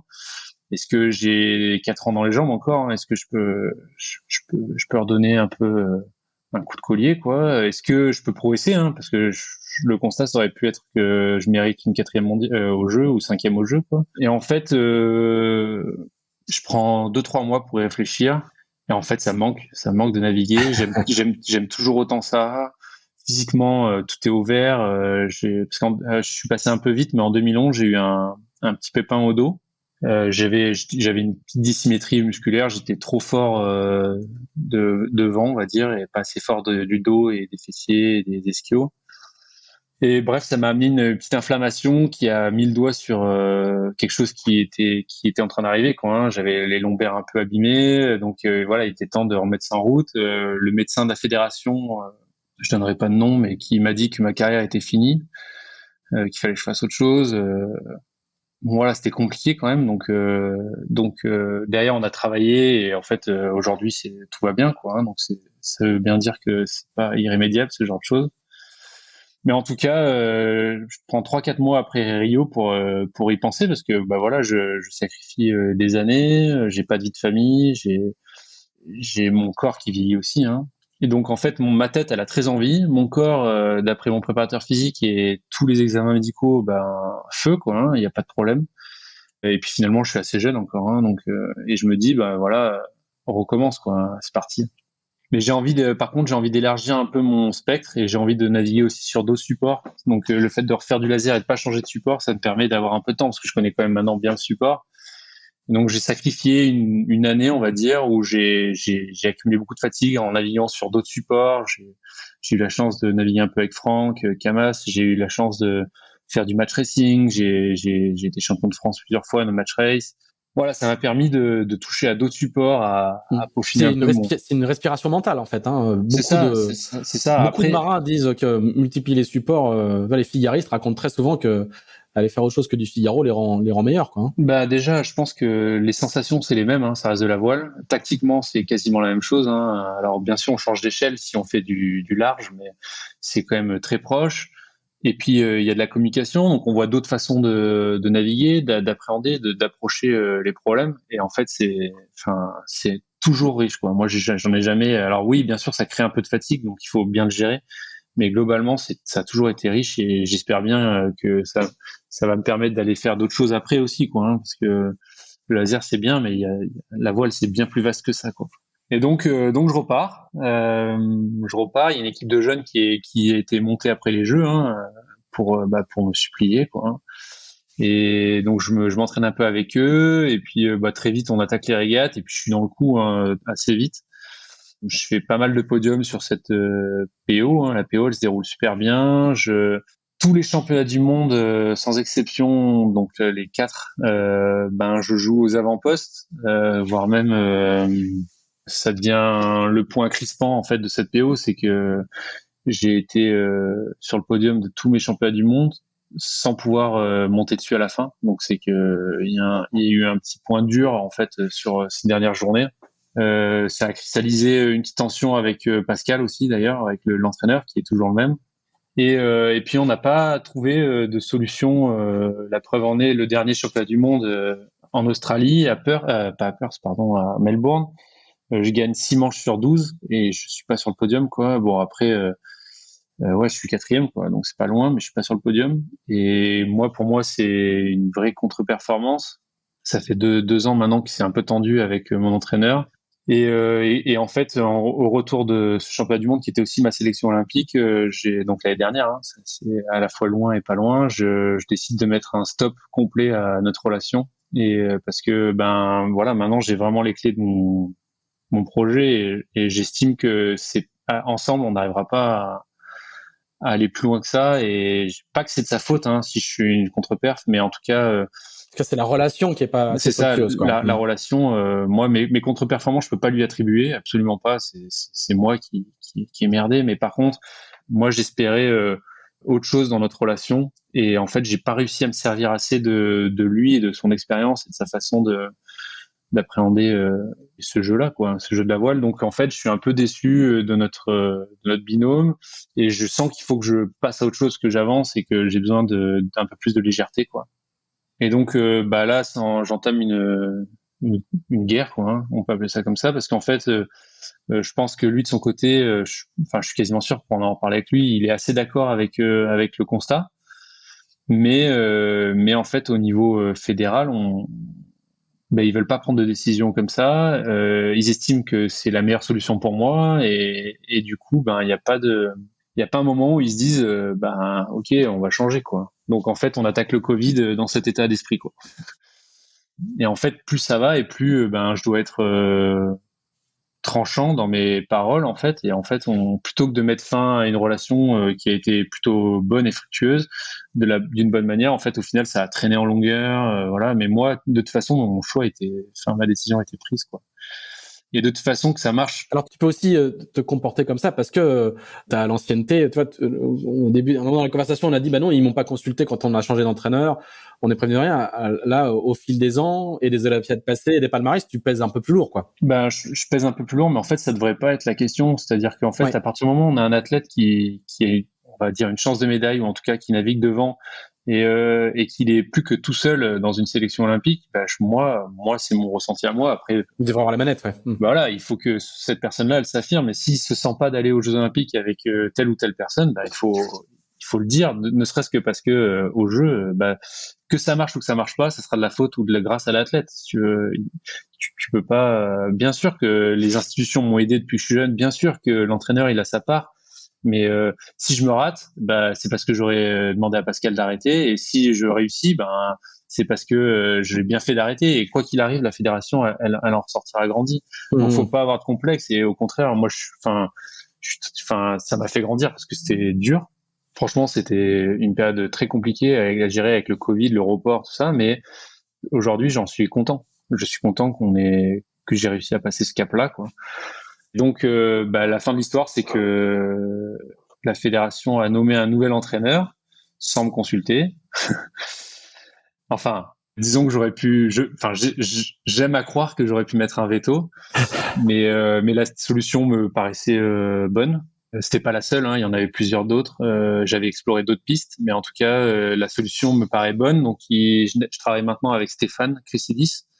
Donc, c'est un coureur qui a fait les Jeux en 2004 et 2012 en 49er, et avec qui j'étais en équipe de France. Donc, on s'entend très bien. Et après, la question, c'est de savoir est-ce qu'on est capable de travailler ensemble, parce que c'est pas tout à fait pareil être amis et se croiser en équipe de France et être capable de dire des vérités à quelqu'un et lui donner confiance, et voilà, c'est de l'accompagner, c'est encore différent. Et moi, j'avais peur que les jeunes coachs en général, ils ont quand même toujours l'ego du sportif, et j'avais pas envie qu'on soit en concurrence. En fait, je voulais qu'on soit un groupe, une seule et même personne, quoi, hein, pour aller vers un seul objectif. Et en fait, il s'est super bien intégré. Là, ça fait 1 an qu'on travaille dessus, hein, du coup. Et tout s'est bien articulé. Il a réussi à se fondre un peu dans ma petite entreprise, hein, avec mon préparateur physique, ma préparatrice mentale. Donc on a réussi à avancer ensemble, et on commence à être très complémentaires. Donc là, on va au jeu avec de belles dispositions, je pense. Alors du coup, je voudrais un peu que tu nous expliques aussi cette sorte de paradoxe ou de fonctionnement spécifique à la voile olympique, c'est-à-dire on a bien compris dans ce que tu as expliqué le poids et l'importance de la fédération. Alors, elle nomme un entraîneur qui est l'entraîneur national des lasers, qui est pas ton entraîneur à toi. Il se trouve que t'es très important, mais ce qui est compliqué, c'est que comme je l'ai dit en tout début, c'est qu'on est un sport amateur et on a peu de moyens. C'est compliqué de trouver des sponsors. C'est même très dur. Moi, j'ai la chance d'avoir une mairie qui me soutient avec la ville de Sainte-Maxime. J'ai quelques sponsors autour de moi. Donc voilà, en fait, c'était ça ma question. C'était du coup, il y a un dispositif fédéral qui te finance en partie, qui t'aide, qui fournit l'entraîneur, et il y a aussi, toi, tu dois mettre en place tes propres moyens. C'est ça. Et tout ça doit collaborer ensemble. Parce que à plusieurs reprises, t'as dit on, en fait. T'as souvent dit on. Ouais, bien sûr. Et on sent qu'il y a des gens qui ne sont pas dans le giron fédéral, que tu finances toi. Et donc, explique-nous comment ta petite entreprise existe et collabore avec la Fédé dans un cadre plus global, quoi. Ce qui est compliqué, c'est pas compliqué, c'est qu'il y a la fédération qui, elle, soutient les sportifs jeunes à potentiel et les sportifs en équipe de France. Mais pour être en équipe de France, c'est un top 6 mondial chaque année. Donc, personne est à l'abri de sortir de ce dispositif-là, hein. Il y a aussi une aide qui est pas négligeable, qui est quand on est en équipe de France, de temps en temps, il y a des postes à l'armée ou à la SNCF, donc c'est des aides. Donc moi, j'ai la chance d'avoir signé à l'armée aussi, donc je suis embauché par la Marine nationale, ce qui me permet donc au bataillon de Joinville pour les anciens qui connaissent. Et donc j'ai la chance d'avoir un statut avec un salaire qui me solde, hein, qui tombe quand même tous les mois, parce que sinon, en tant que sportif, on n'a pas ça en équipe de France. Et du coup, ce dispositif-là, donc si on est en équipe de France, je dis bien si on est en équipe de France, parce qu'il y a des années où on l'est pas, si on fait pas dans les 6 mondiaux, il y a un budget qui est alloué par le ministère, enfin par la fédération, un entraîneur et du matériel. Et si on sort de ce cadre-là, donc des épreuves qui sont référencées, parce qu'en fait l'équipe de France normalement c'est un groupe, c'est-à-dire il peut y avoir s'il y a 6 athlètes en équipe de France, c'est-à-dire que les Français ont fait 1, 2, 3, 4, 5, 6, mais c'est possible. En théorie, c'est possible. Donc, en fait, il peut y avoir 2, 3, 4 athlètes, et donc l'équipe de France n'a pas vocation à soutenir un seul projet, c'est soutenir un groupe.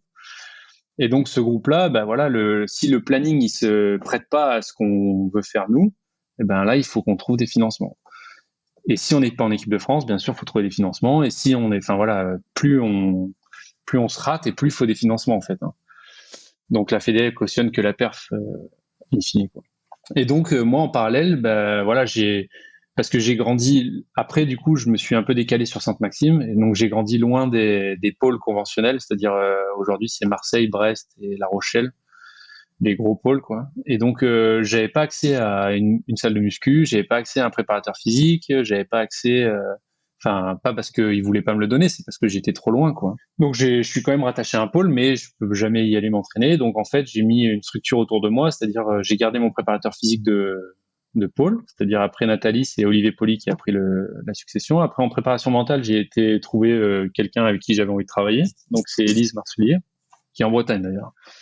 Et puis bah voilà. Après, autour de moi, il y a régulièrement des intervenants, il y a la nutritionniste, enfin, voilà, mais comme beaucoup de sportifs.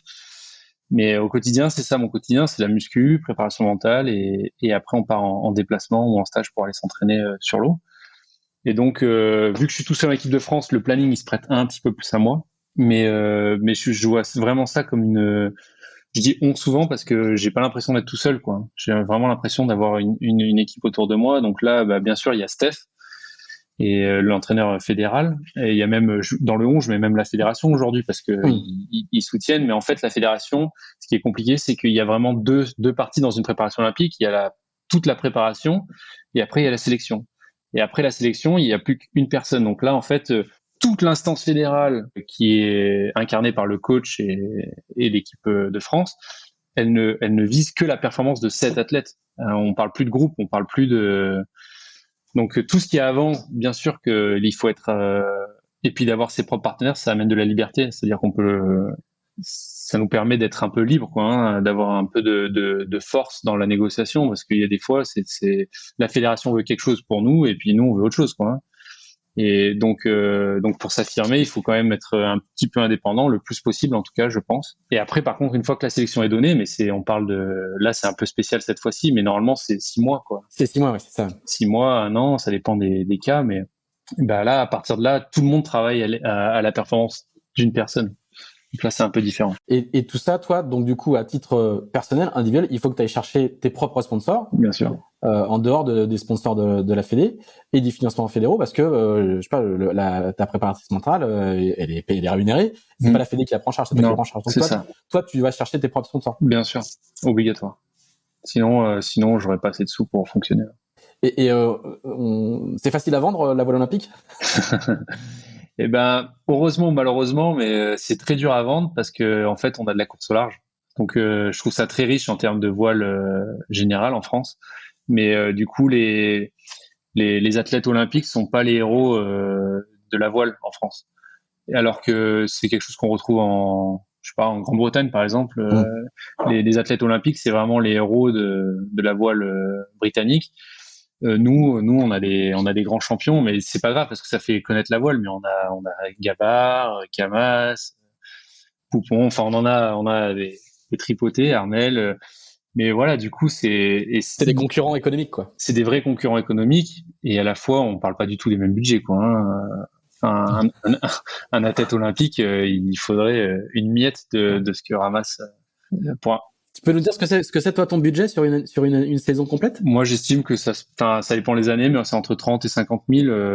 Ah oui. Mais ça, c'est un budget pour être co-aidé par la fédération. Si on prend le budget de la fédération en plus, là, oui, non, ton budget, l'argent que tu dois chercher chaque année, c'est entre 30 et 50 000, ouais.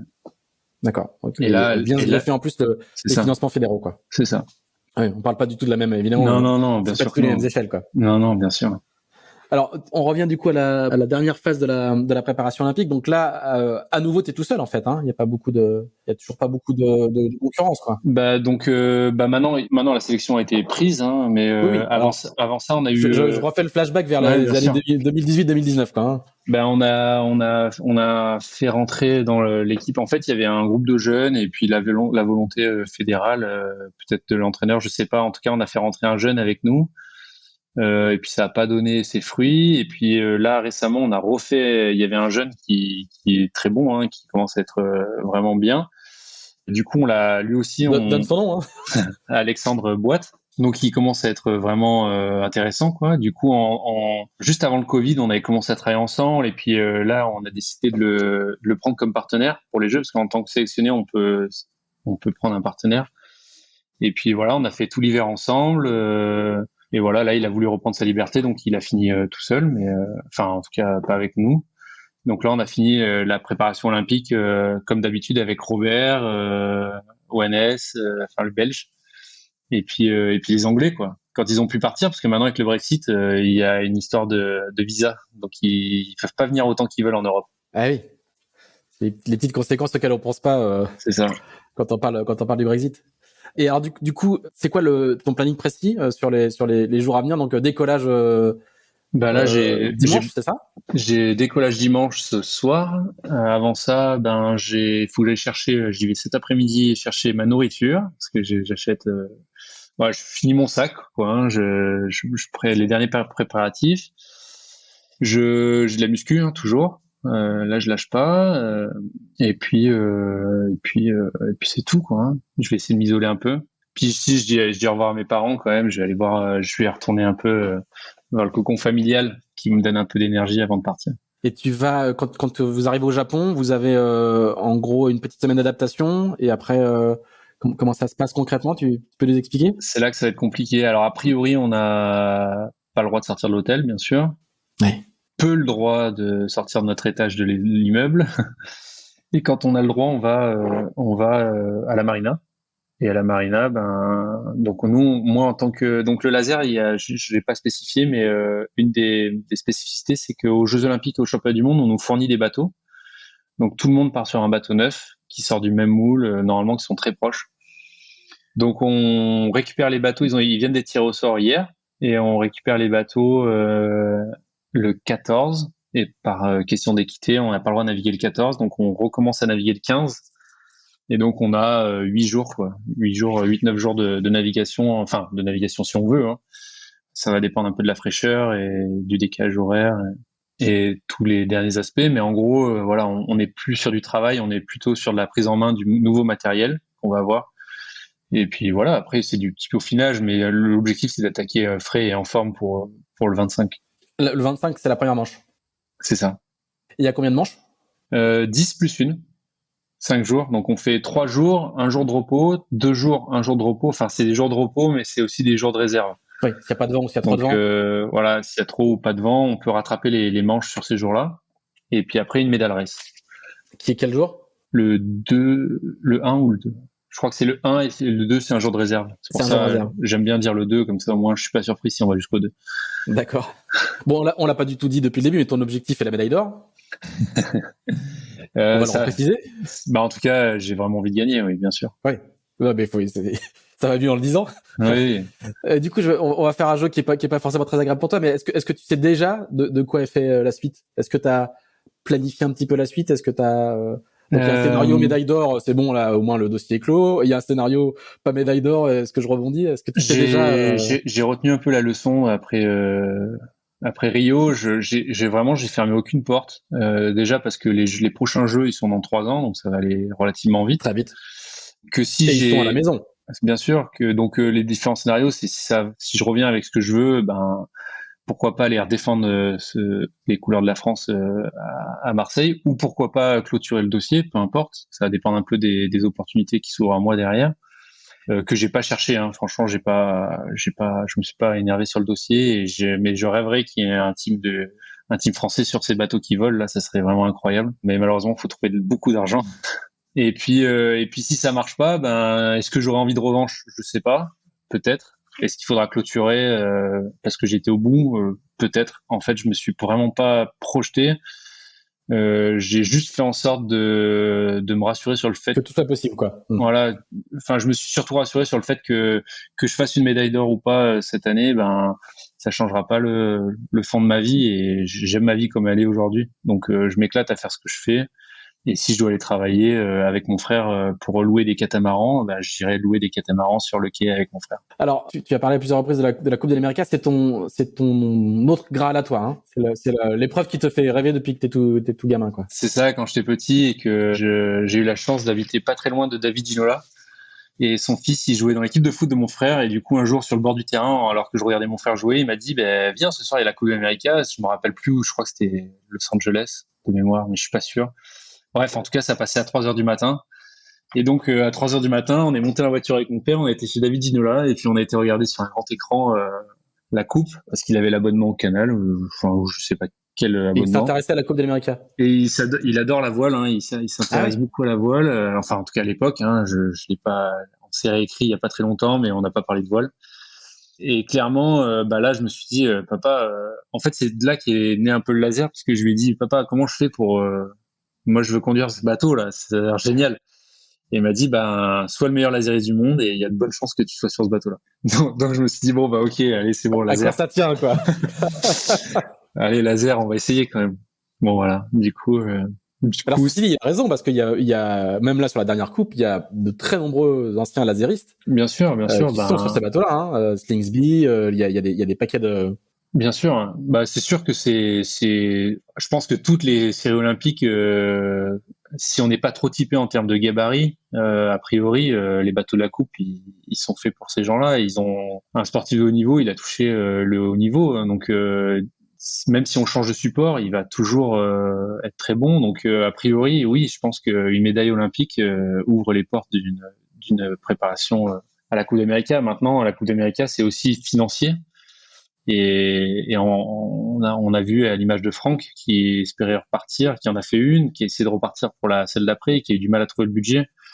J'ai eu la chance d'aller faire des tests après Rio sur son 45 turbo. Ça porte bien son nom, ça allait vite, hein, c'était sympa. Après, voilà, j'avais pas le profil du poste recherché à ce moment-là.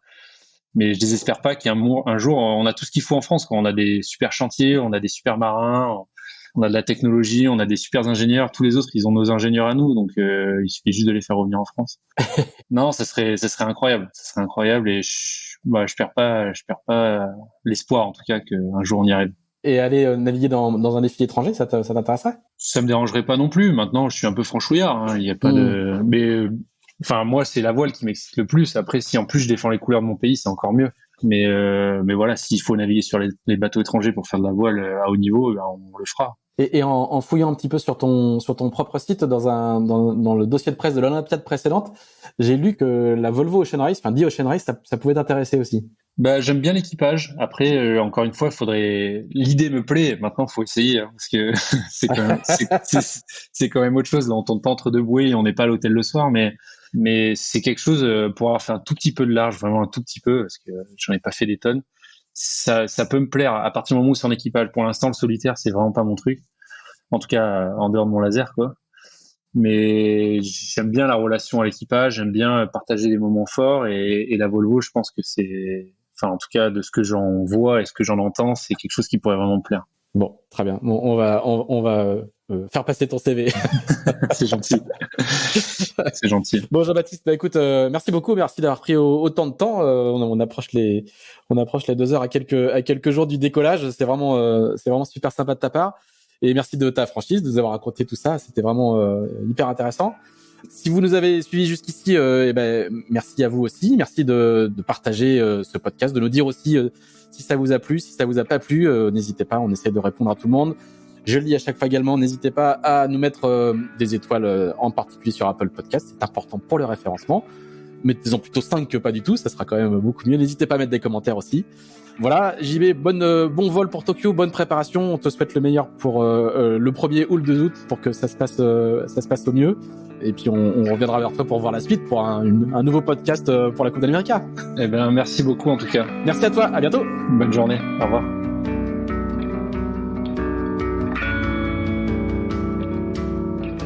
Merci d'avoir écouté ce nouvel épisode d'Into the Wind, produit par Tip & Shaft. Si vous l'avez apprécié, n'hésitez pas à le partager, n'hésitez pas non plus à nous dire ce que vous en pensez, en bien ou en mal. On se retrouve dans 15 jours pour un nouvel Into the Wind. À bientôt!